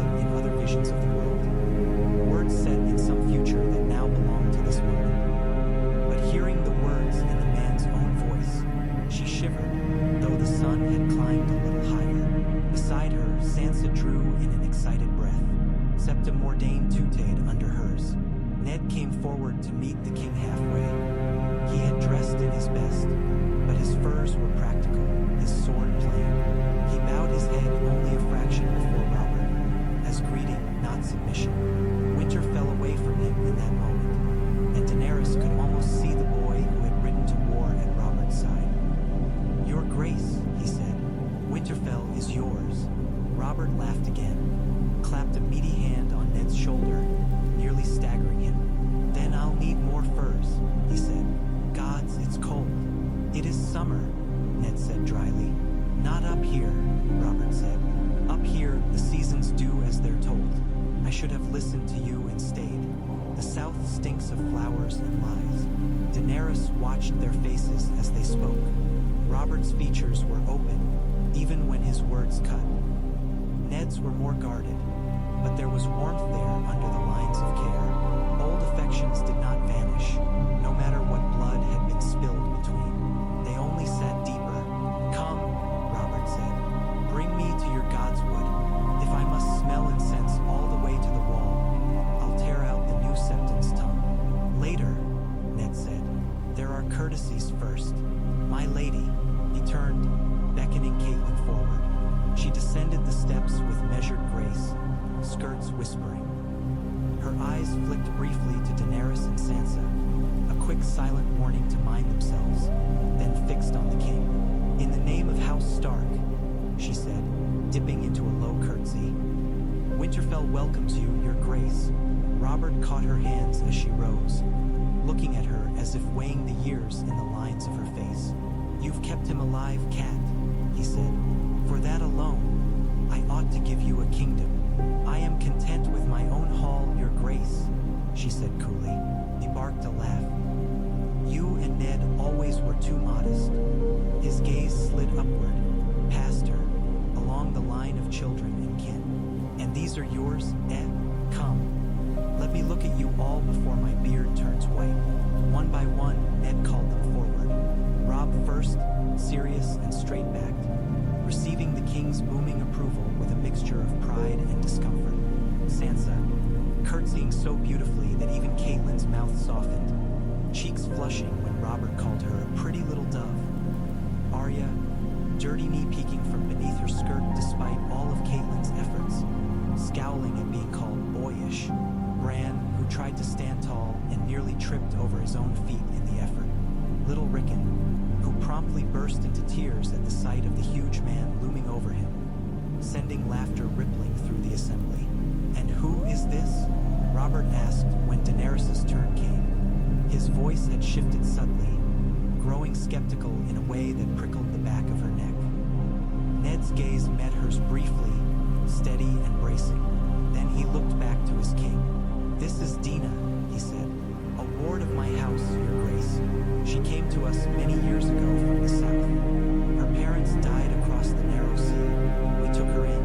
Daenerys stepped forward, each movement measured. She kept her eyes down as she sank into a curtsy, as Septa Mordain had drilled into her 100 times. Not too low, not so shallow as to seem slighting. Her heart thumped against the confines of her ribs. "Your grace," she said. Her voice did not shake. She was absurdly pleased with it for that. "Dina of where?" the king asked. His tone was casual. There was nothing casual in the way his gaze scraped over her. "Of nowhere," she said, keeping her eyes fixed on the ground between them. "Of Winterfell, if you'll have it, your grace." He made a non-committal sound. She felt the weight of his eyes like a thumb pressed to her throat. A long breath, a faint hiss between his teeth. "Look at me, girl," he said. "Let me see you." Ned's jaw tightened. Daenerys lifted her head. Up close, the king's eyes were not the pure clear blue she had imagined. There were flakes of gray in them, like frost on a river. The whites were shot through with thin strands of red, as if he slept poorly.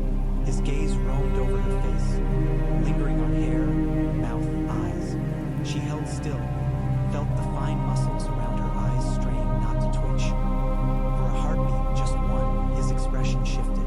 Something like confusion flickered there, quickly masked. His mouth, which had been on the verge of another booming joke, tightened instead. "What's this, Ned?" he asked, not looking away from her. His voice had gone quieter. "Have you been hiding pretty girls up here in the snow to keep them from me?" "She is under my protection," Ned said, "as my ward." "Ah," Robert said, "another stray you've taken in." He laughed, forcing the sound out, and it rolled over the courtyard more true mirth. You were always soft-headed about such things. Soft-hearted, Ned said. There's a difference. Not when you're counting costs, Robert said. His gaze flicked again to Daenerys' eyes. For a moment she thought she was absurd to think it, but she thought he might see through everything. That he would tear off the name Neds had stitched around her and shout the one that lay coiled beneath. Instead he thumped her lightly on the shoulder, a gesture that nearly knocked her over. Well, Dina of Nowhere, he said, keep your hood up. Southern girls catch chill easier. Yes, Your Grace, she said. He turned away, already calling for Ned again, already moving on. The pressure eased. Daenerys stepped back into the line, her pulse pounding at her temples. She felt more than saw Sansa's questioning glance, Arya's blatant stare. His beard stinks of wine, Arya muttered, nose wrinkled. Quiet, Sansa hissed. He'll hear. He can't hear through all that hair, Arya said. The fleas must be deaf by now. Daenerys swallowed back a laugh that would have come out wild. She kept her eyes on the far wall instead, focusing on the familiar cracks in the mortar. The world had not cracked in two. The king had not drawn his sword. The ravens had not exploded into flight. Everything continued, one step, one breath, one heartbeat at a time. The rest of the party spilled into the yard in the king's wake. Lannister crimson flashed everywhere. The golden lions glared from banners, cloaks, breastplates. Jaime Lannister rode up to the front with the ease of a man who'd never doubted a horse would obey him. The stories had not exaggerated his looks. He was handsome in a way that seemed carved rather than born, all sharp cheekbones and bright hair. His armor caught the light like a moving mirror. The queen came beside him, riding astride in a gown of deep green velvet trimmed with gold. Her hair fell in heavy waves over her shoulders. Her face, from a distance, was more masked than flesh. "This is Cersei, my queen," Robert called briskly. "And if she looks sour, stark, it's because she doesn't like the cold either." Cersei dismounted without assistance, every movement precise. She did not smile as she approached. Her green eyes swept the gathered Starks and their household like knives. When they passed over Daenerys, there was a slight pause, the faintest tightening at the corners. "Lady Stark," she said, inclining her head the bare inch courtesy required. "You have a rugged home. It has sheltered us well for thousands of years, Your Grace," Caitlin replied, her tone cool. "We are honored to share it. I hope your fires are as proud as your stone," Cersei said. "My children catch chill easily." Daenerys looked past her then to those children. Joffrey came first, a boy near Rob's age, slim and straight, his blonde hair brushed to a shine. He wore crimson and black, a tiny golden lion at his throat. A small crown worked into his belt. His chin was held high, his eyes already calculating. Beside him, Myrcella clung to her mother's skirts, wide-eyed and cautious. The youngest, Tommen, stared around with frank curiosity, one finger shoved unself-consciously into his mouth. "Prince Joffrey," Caitlin said, curtsying. "Princess Myrcella, Prince Tommen, you honor us with your presence." "As well they should," Robert said cheerfully. "They should see what a real castle looks like, not that gilded chicken coop in the south. Joff, come greet Lord Stark. He's the man who'd have been your father if your mother had let us marry like I wanted." Cersei's mouth thinned. "Your Grace, peace, wife," Robert said, clapping the boy on the back with enough force to jostle him. "Go on, lad." Joffrey came forward, bowing with practiced grace. His eyes, Daenerys noted, did not linger on Lord Stark's lined face. They flicked instead to Rob's sword calluses, to Jon standing a step behind, to Sansa's hair, to Daenerys' gray dress. He saw things, this boy. What he made of them was another matter. "Winterfell is quaint," he said. The pause was almost insulting. "I look forward to seeing your hounds, Lord Stark. I've heard Northerners breed them large." "We do," Ned said, "and vicious when they sense a foe." His gaze held Joffrey's steadily. There was nothing in his voice beyond politeness. Somehow that made the words sharp.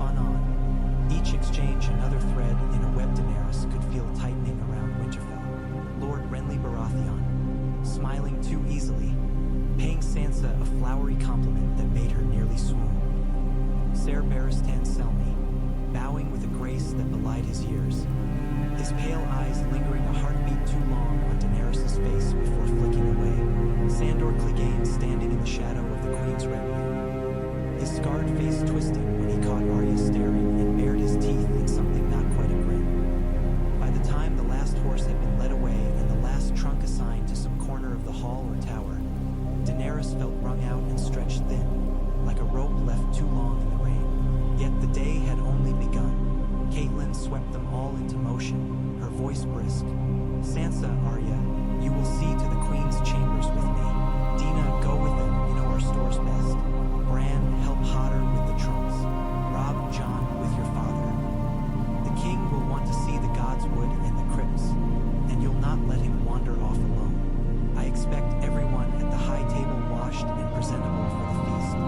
And if I catch anyone hiding in the kitchens for extra tarts, you'll blame Robb, Theon called, earning himself a jostle from Robb and a scowl from Catelyn that promised later retribution.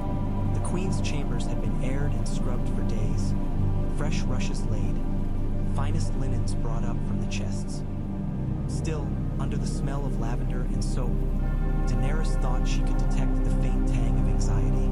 Servants moved about like ants, adjusting, polishing, checking the same things twice. Cersei stood in the center of it all like a green-clad queen bee. Ladies clustered around her, some sharp-eyed and plain, some delicate and fluttering. She watched the Stark's women enter with cool appraisal. Your Grace, Catelyn said, dipping her head, we hope these chambers will be to your liking. Cersei cast her gaze, around, taking in the heavy tapestries, the stone hearth, the view over the yard. It will do, she said. I suppose one cannot expect silk walls in the wilds. Stone is warmer in winter, Catelyn said. So I have been told, Cersei replied. Her eyes slid to the girls behind her. These are your daughters? Sansa and Arya, Catelyn said. And my lord's ward, Dina. Come forward, Cersei said. Sansa glided. Arya trudged. Daenerys walked. Cersei considered each in turn. She smiled at Sansa, the expression very nearly reaching her eyes. You are lovely, she said. Do you sing? Yes, your grace, Sansa said, nearly breathless. You'll sing for us at supper, Cersei said. It sounded less like a request than a command. Something about knights and ladies. We must give the North something pretty to listen to. Sansa's eyes shone. It would be an honor, your grace. Cersei nodded, already bored. Her gaze moved to Arya and paused. And you, she said slowly. What do you do? Arya opened her mouth. Daenerys tensed. She runs, Catelyn said quickly, and climbs, and hides from her sewing. Cersei's mouth curved. A little wolf, she said. Best keep her from my Joffrey. He doesn't know what to do with teeth. She sounded amused. Arya bristled. Daenerys laid a light hand on her arm. Then the Queen's eyes came to rest on Daenerys. Up close, Cersei was beautiful. Not the soft, round kind of beauty Sansa dreamed of, but something harder, all sharp edges smooth to shine. Her green eyes were bright as glass. Her mouth looked as if it had forgotten how to be surprised. You are not a Stark, she said. No, your grace, Daenerys said. I am only their ward.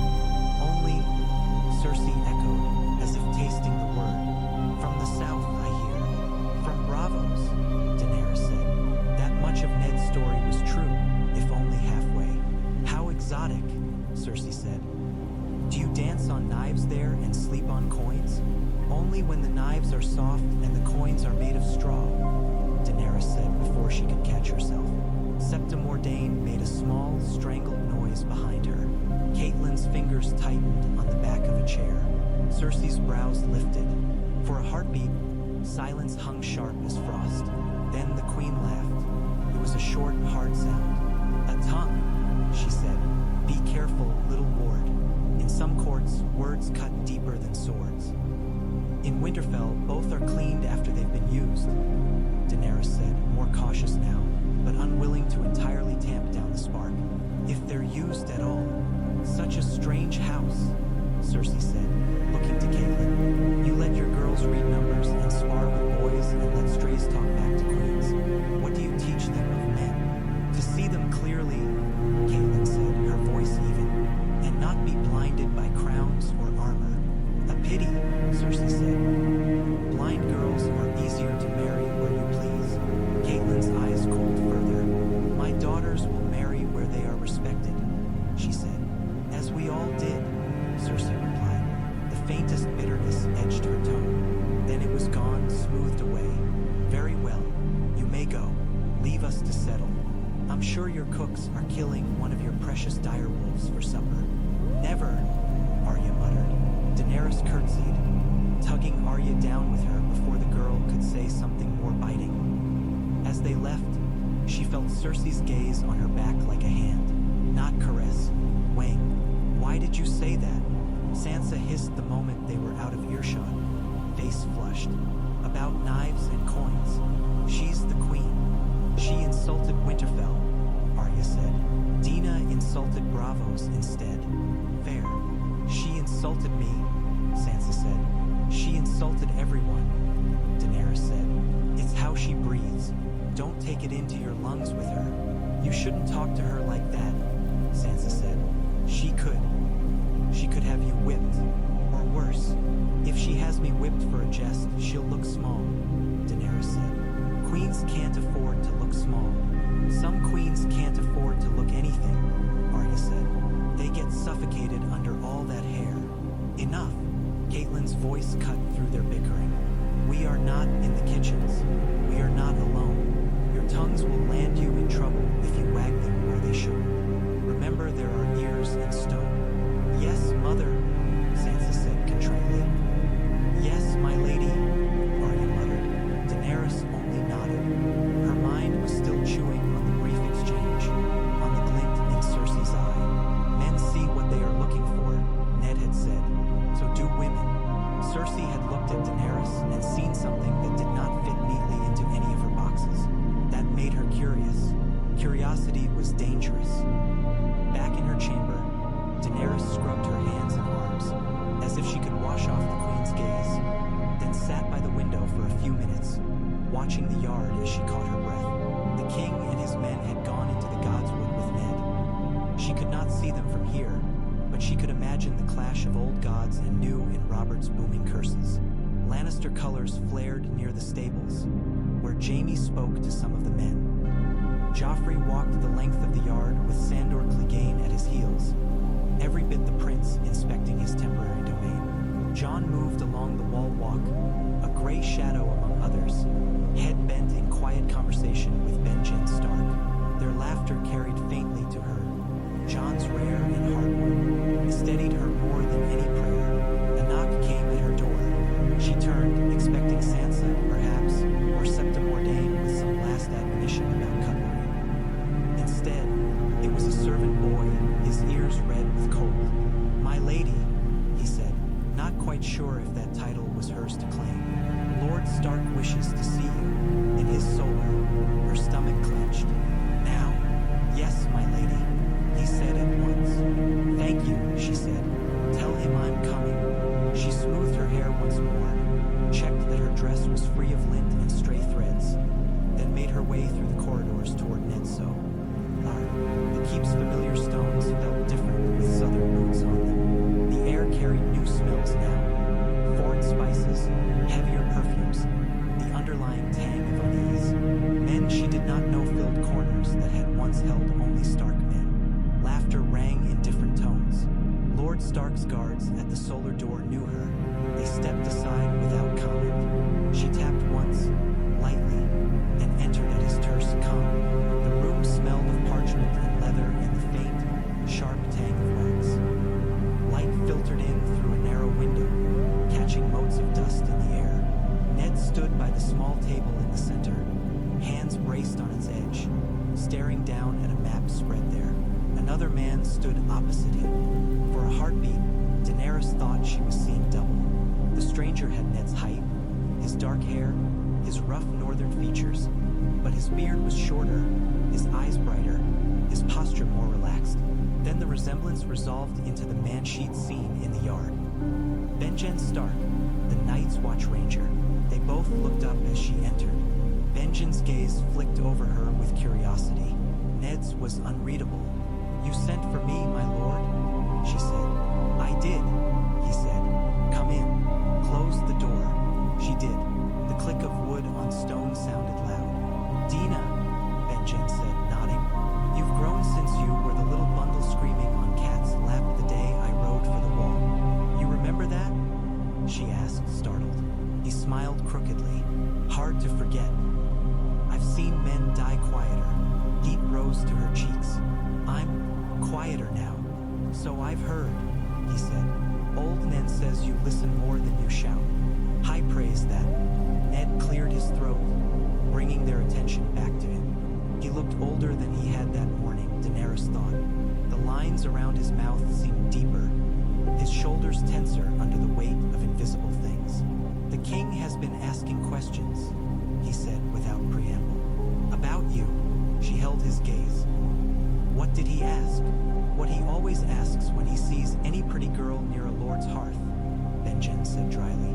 "Who she is, where she's from, whether her father would sell her cheap." Daenerys's jaw tightened. "And what did you tell him?" "The truth I could tell," Ned said. "That you are my ward, that your parents died across the sea, that you have no dowry to speak of, and a stubbornness that would make any man think twice." "And did that put him off?" she asked. "For the moment," Ned said. "He complained about southern women being too thin and northern ones too sharp, and then he asked for more ale. But he saw something," she said. "When he looked at me." Ned did not deny it. "He saw ghosts," he said. "Your hair, your eyes, they tug at old wounds. He thinks you look like someone he lost." "Lyanna?" she asked carefully. "Perhaps," Ned said. "Or perhaps the past is just a hall of mirrors to him now, and any pale girl with a will reminds him of something he cannot name. Either way, it makes him uneasy. Robert does not like to be uneasy. He breaks what unsettles him. A stag will gore anything that startles it," Benjen said. "You've seen what their antlers can do. So what do we do?" Daenerys asked. She could not keep the pronoun from slipping out. "We," as if she stood shoulder to shoulder with them, not under their care. Ned heard it. A flicker of something passed through his eyes. Approval, perhaps, and fear. "For now," he said, "we do what we planned. You keep your hood up when you must be in his presence. You stay surrounded by my children. You do not seek his notice. And if he seeks mine," she asked, "then you speak as little as courtesy allows," Ned said. "Smile when you must. Look at him as you would any visiting lord. Do not flinch. If he pushes, you push back only as much as you must to not seem meek. He does not like meekness either. It reminds him he has crushed something. So I must be in the narrow place between," she said. "Not meek, not insolent, not noticeable, not forgettable. You find such places easily," Benjen said. "I've seen you at table, finding the space where you can hear everything and no one remembers you were there. If half the men at court had your sense," Ned said to her, "I would not dread going south so much." Her chest tightened. "He means to ask you still?" "He means to command," Ned said dryly.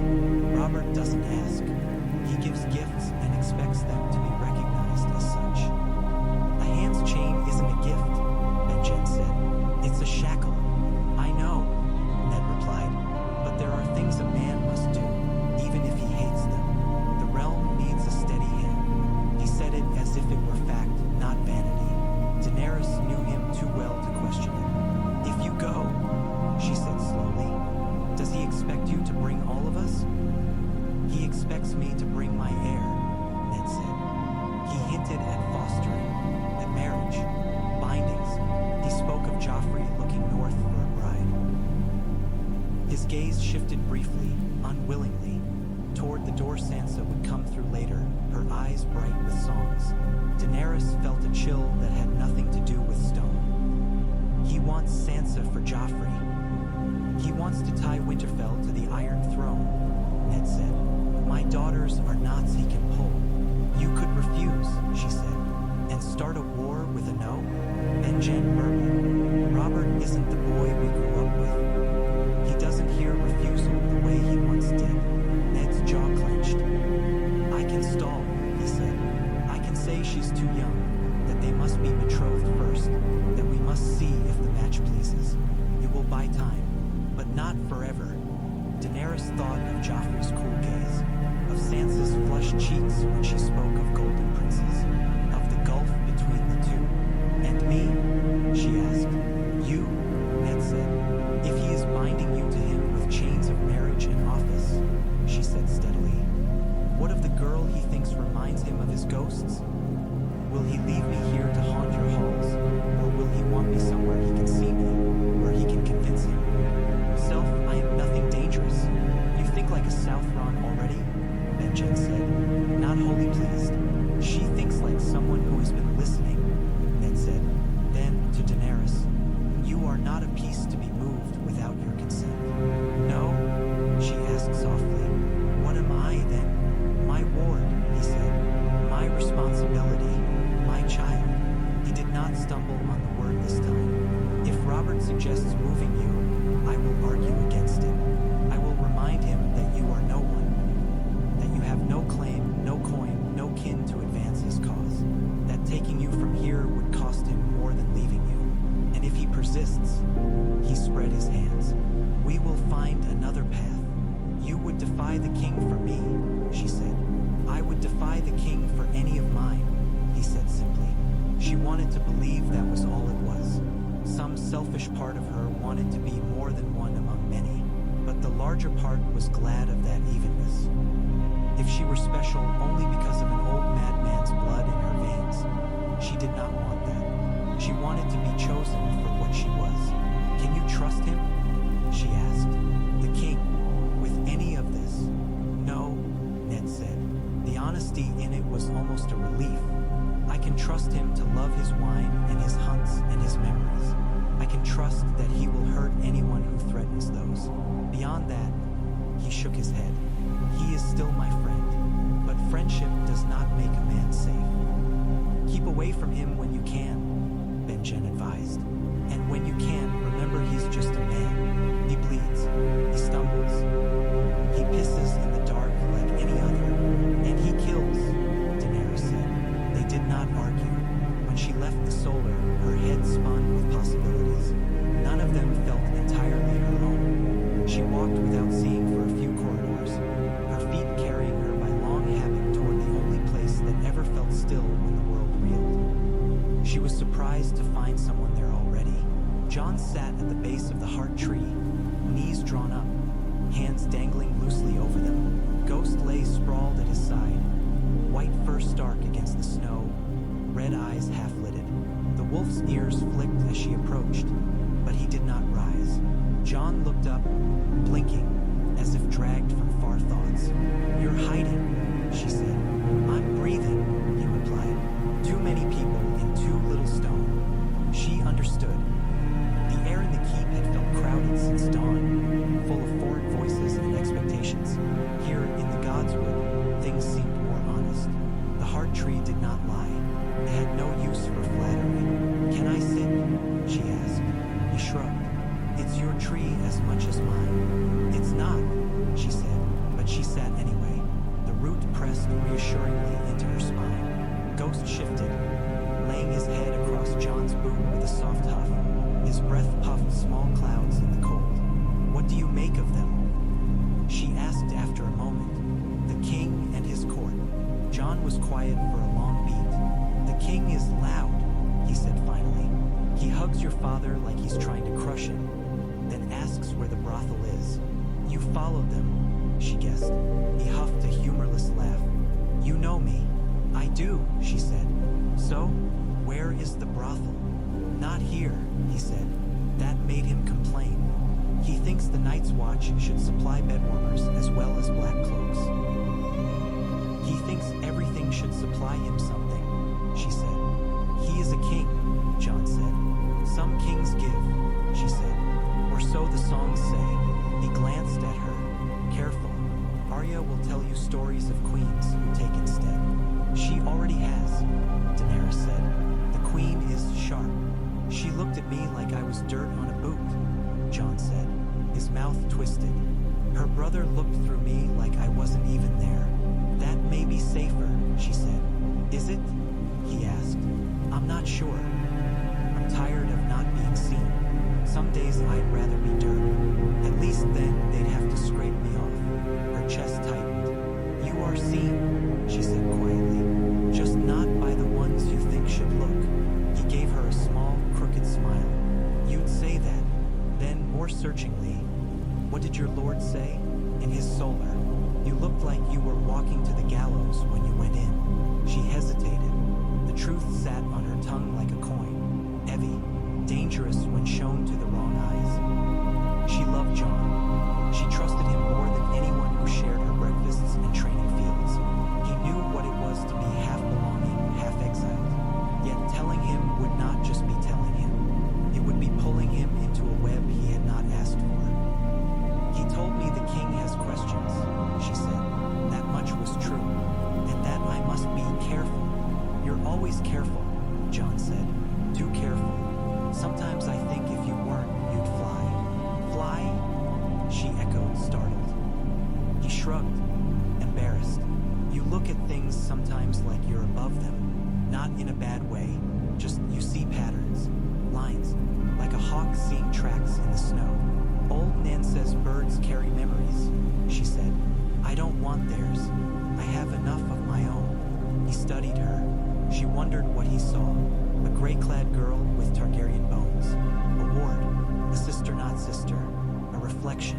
If he hurts you, Jon said suddenly, the words abrupt. The king, or any of them. If they look at you like you're something they can buy or break, What? She asked, gentling the question. You'll run at them with a training sword? Bite a lion on the ankle? I'll do something, he insisted. His hands had curled into fists without his noticing. I don't know what, but I won't just stand and watch. She reached out and laid her fingers lightly over his knuckles. His skin was cold and calloused. He stilled. I know, she said. That's more than most men promise with full armies behind them. You always make fun of me when I try to be serious, he muttered. I'm not making fun, she said. I'm preventing you from making oaths you'll have to break. Promise me something smaller instead. Like what? He asked warily. When we go south, she said, surprising herself. She had assumed she would. The words slipped out as if the future had already been decided. If we go, whatever happens, if I start forgetting who I am, if I start playing their game so badly that I lose myself, you'll remind me. By knocking you into the mud? He asked. If necessary, she said. Or by telling me when my eyes go far away. Or by teasing me about numbers until I remember there are things smaller than crowns. His gaze softened. You don't want a crown, he said. No, she said firmly. Then, more quietly, I want to choose where I go, whom I marry, what I do. The queen talks like those things are impossible. Like the only choice is whether you'll claw from inside the cage or pretend you like the bars. And you? He asked. I'd rather not be caged at all, she said. If I must be, then I want to be the one holding the key. You always did like impossible things, he said. We live in a castle on hot springs in an ice land, she said. Impossible things are the walls around us. He huffed a laugh. The tension in his shoulders eased a bit. I'll remind you, he said, if you start forgetting. That's a smaller promise. And more dangerous, she said. He shrugged. We're good at dangerous. They sat in companionable silence after that. The heart tree watching, the pool dark and still. Above them, the faint sound of laughter drifted from some distant balcony. The kings, she thought. Cersei's cooler tones floated beneath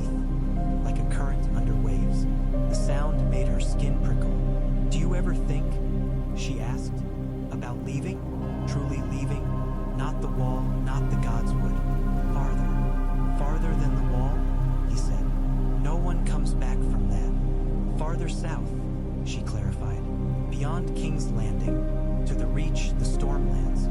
Dorne. He looked bemused. What would I do in Dorne? Melt? You'd be less pale, she said. It might suit you. His lips quirked. I thought you liked me looking like a ghost. I like you looking like John, she said. Wherever that is. He looked away, his profile suddenly guarded. My place is here, he said. Or at the wall. I'm built for cold. There's more to you than what you were built for, she said. There's more to you than what you were told, he countered. She smiled then, a small, rueful thing. We're both more, she said. That's the trouble. That night, the great hall blazed with light and noise. Torches and candles multiplied shadows along the walls. The long tables groaned under platters of roasted meat, trenchers piled high with bread, baskets of apples and nuts. Barrels of ale and wine stood ready along the back wall, tapped and flowing. Music from a small group of minstrels in the raised corner struggled to be heard over the roar of conversation. Daenerys sat at the high table among the Stark children and their parents, her place fixed by long familiarity. Sansa at her left, flushed with excitement, Arya at her right, already fidgeting with boredom. Robb and Jon farther down, talking quietly between bites. The king sat in the great chair at the table's center, Cersei stiff beside him, her expression polite and distant. Other lords and knights filled the spaces between, a row of colors and faces she was only beginning to learn. She listened. Robert told war stories, as men like him always did. He spoke of the trident, of the sound of steel on steel, of Rhaegar's rubies scattering across the riverbed. Daenerys listened to how his voice roughened when he said the prince's name, not with hate, but with something like nostalgia twisted into knots. He spoke of Lyanna too, in snatches, her laughter, her wildness, her hair. He never spoke of how she died. No one at the table asked. Cersei laughed when she ought, smiled when it was expected, lifted her cup with precise timing. When Robert grew too ribald, she pursed her lips just enough to show disapproval without inviting rebuke. Her eyes slid along the table like a cat's, missing nothing. Sansa sang when asked, her voice clear and sweet, hands folded just so in her lap. The hall fell mostly quiet for her, even the king tilting his head to listen. She sang of fair maids and brave knights and the mercy of gods who did not resemble the ones in the Godswood. When she finished, cheeks flushed, Robert banged his cup and called for another song. Something with blood in it, he said. We've had enough doves. Give me wolves. Old Nan, sitting on a bench near the fire, cackled softly to herself. Daenerys watched the men further down the table as they ate and drank. Renly Baratheon, laughing too loudly, his looks a younger echo of Robert's without the weight. Ser Barristan, quiet and observant, his gaze drifting now and then toward her and then away, as if unsure what he was seeing. Littlefinger, the one they called that, with his pointed beard and sharp, amused eyes. He seemed to be everywhere and nowhere, talking to everyone and no one. Lord Baelish, Catelyn said once, nodding to him across the table. Her mouth tightened almost imperceptibly. Lady Stark, he replied smoothly, his gaze lingering a fraction too long. Winterfell suits you. It suits you all. His eyes flicked to Daenerys briefly, a question there. She looked back levelly, giving him nothing. If he were a raven, she thought, I'd keep him far from the rookery. Later, after the meat had been mostly stripped from the bones and the music had grown livelier, Robert leaned over his empty plate, his cheeks flushed with wine, and fixed Ned with a heavy gaze. Come south with me, he said. Sit your arse on the council and keep me from drowning in Lannisters. I need you, Ned. I can't trust half the vipers down there. You're the one man whose counsel I don't have to doubt. The hall quieted a little, a ripple of attention moving outward from the center of the table. Daenerys' chest tightened. Ned set down his cup slowly. Your Grace. Don't call me that, Rober. He snapped. Not you. Not here. I'm asking as your friend, Stark. as the boy who chased cats with you in the Eyrie and drank himself blind at Harrenhal. Save me from the rest of it.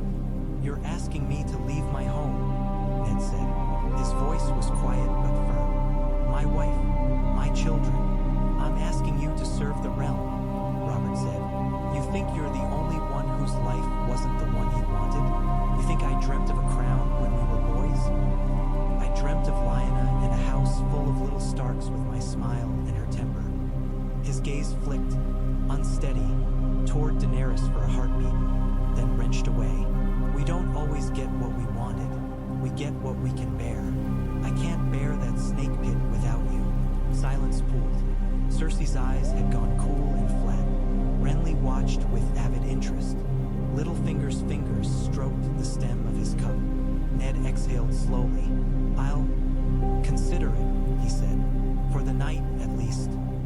I won't give you an answer drunk at your own table. Robert stared at him for a moment, then barked a laugh that was more wounded than amused. You always were stubborn, he said. Spend too long with that tree and you turned into it. He clapped Ned's shoulder, nearly spilling his drink. Fine, think. Tomorrow we go down and visit your crypts. Then you can tell me whether your stones speak any sense into that thick head of yours. He drank deeply, ending the conversation in the way kings did, with finality rather than grace. Daenerys' appetite had fled. She pushed meat and bread around her plate, forcing bites when she noticed Sansa watching her with concern. The hall's noise grew louder again, conversation filling the spaces Robert's request had charged. Do you think he'll go? Arya whispered, leaning close, her eyes shadowed. Father, do you think he'll say yes? I think... Daenerys began, then trailed off. She did not know. Duty warred with love in Ned Stark's eyes every day. The difference now was that the battlefield had moved. If he does, Sansa said, a bright, brittle edge to her voice. We'll go too. He said the Queen wants me to see the South. It would be beautiful, Arya. Gardens and tournaments and lions, Arya muttered. And knights, Sansa pressed, as if trying to convince herself as much as her sister. And songs, and a prince. Daenerys thought of Joffrey's calculating eyes, of the way he had watched everything that afternoon, mouth tight when men laughed at something he had not said, of the slight curl of his lip when he'd seen Jon at the edge of the yard. A prince, she echoed. Yes, Sansa touched her sleeve. You could come too, she said. Septa Mordain says fathers sometimes bring wards to court. You could wear silk, Dina, and see the Red Keep, and the throne. The throne is only a chair, Arya said darkly. Yes, Daenerys murmured, more to herself than to them. Only a chair forged from 1,000 swords, sitting atop dragon skulls. Only a chair men had killed for and would kill for again. She felt eyes on her, hot and assessing. She looked up to find Cersei watching her from across the table, her head tilted slightly. When their gazes met, the Queen's mouth curved, not kindly. Daenerys lifted her cup and drank, as if toasting some private jest only she could hear. Later still, when the hall had begun to empty and the torches burned lower, she slipped away. No one stopped her. The beauty of being less than someone's blood was that they often forgot to guard your steps. The night air bit at her cheeks, turning her breath to smoke. The stars were sharp above, piercing points of light. She crossed the yard quietly, skirts whispering over stone, and made her way toward the rampart walk. She found Ned there, as she had half expected, standing alone, looking out over the dark fields beyond the walls. The faint glow of the hall behind him cast his face in half-shadow. You should be resting, he said when she approached, though he did not turn immediately. It's been a long day, so I'll sleep hard, she said. I wanted to see the sky. Feels different with so many strangers beneath it. He made a thoughtful sound. The stars will look different still in the south, he said. Will we see them? She asked. Truly, he was silent for a moment. When he spoke, his voice was low. I told Robert the first would go, he said. I told him I would be his hand.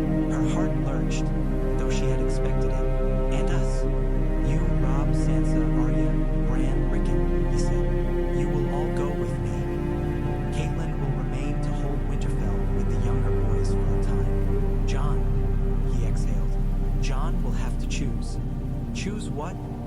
She asked, though she could guess. Whether to join the watch or stay here a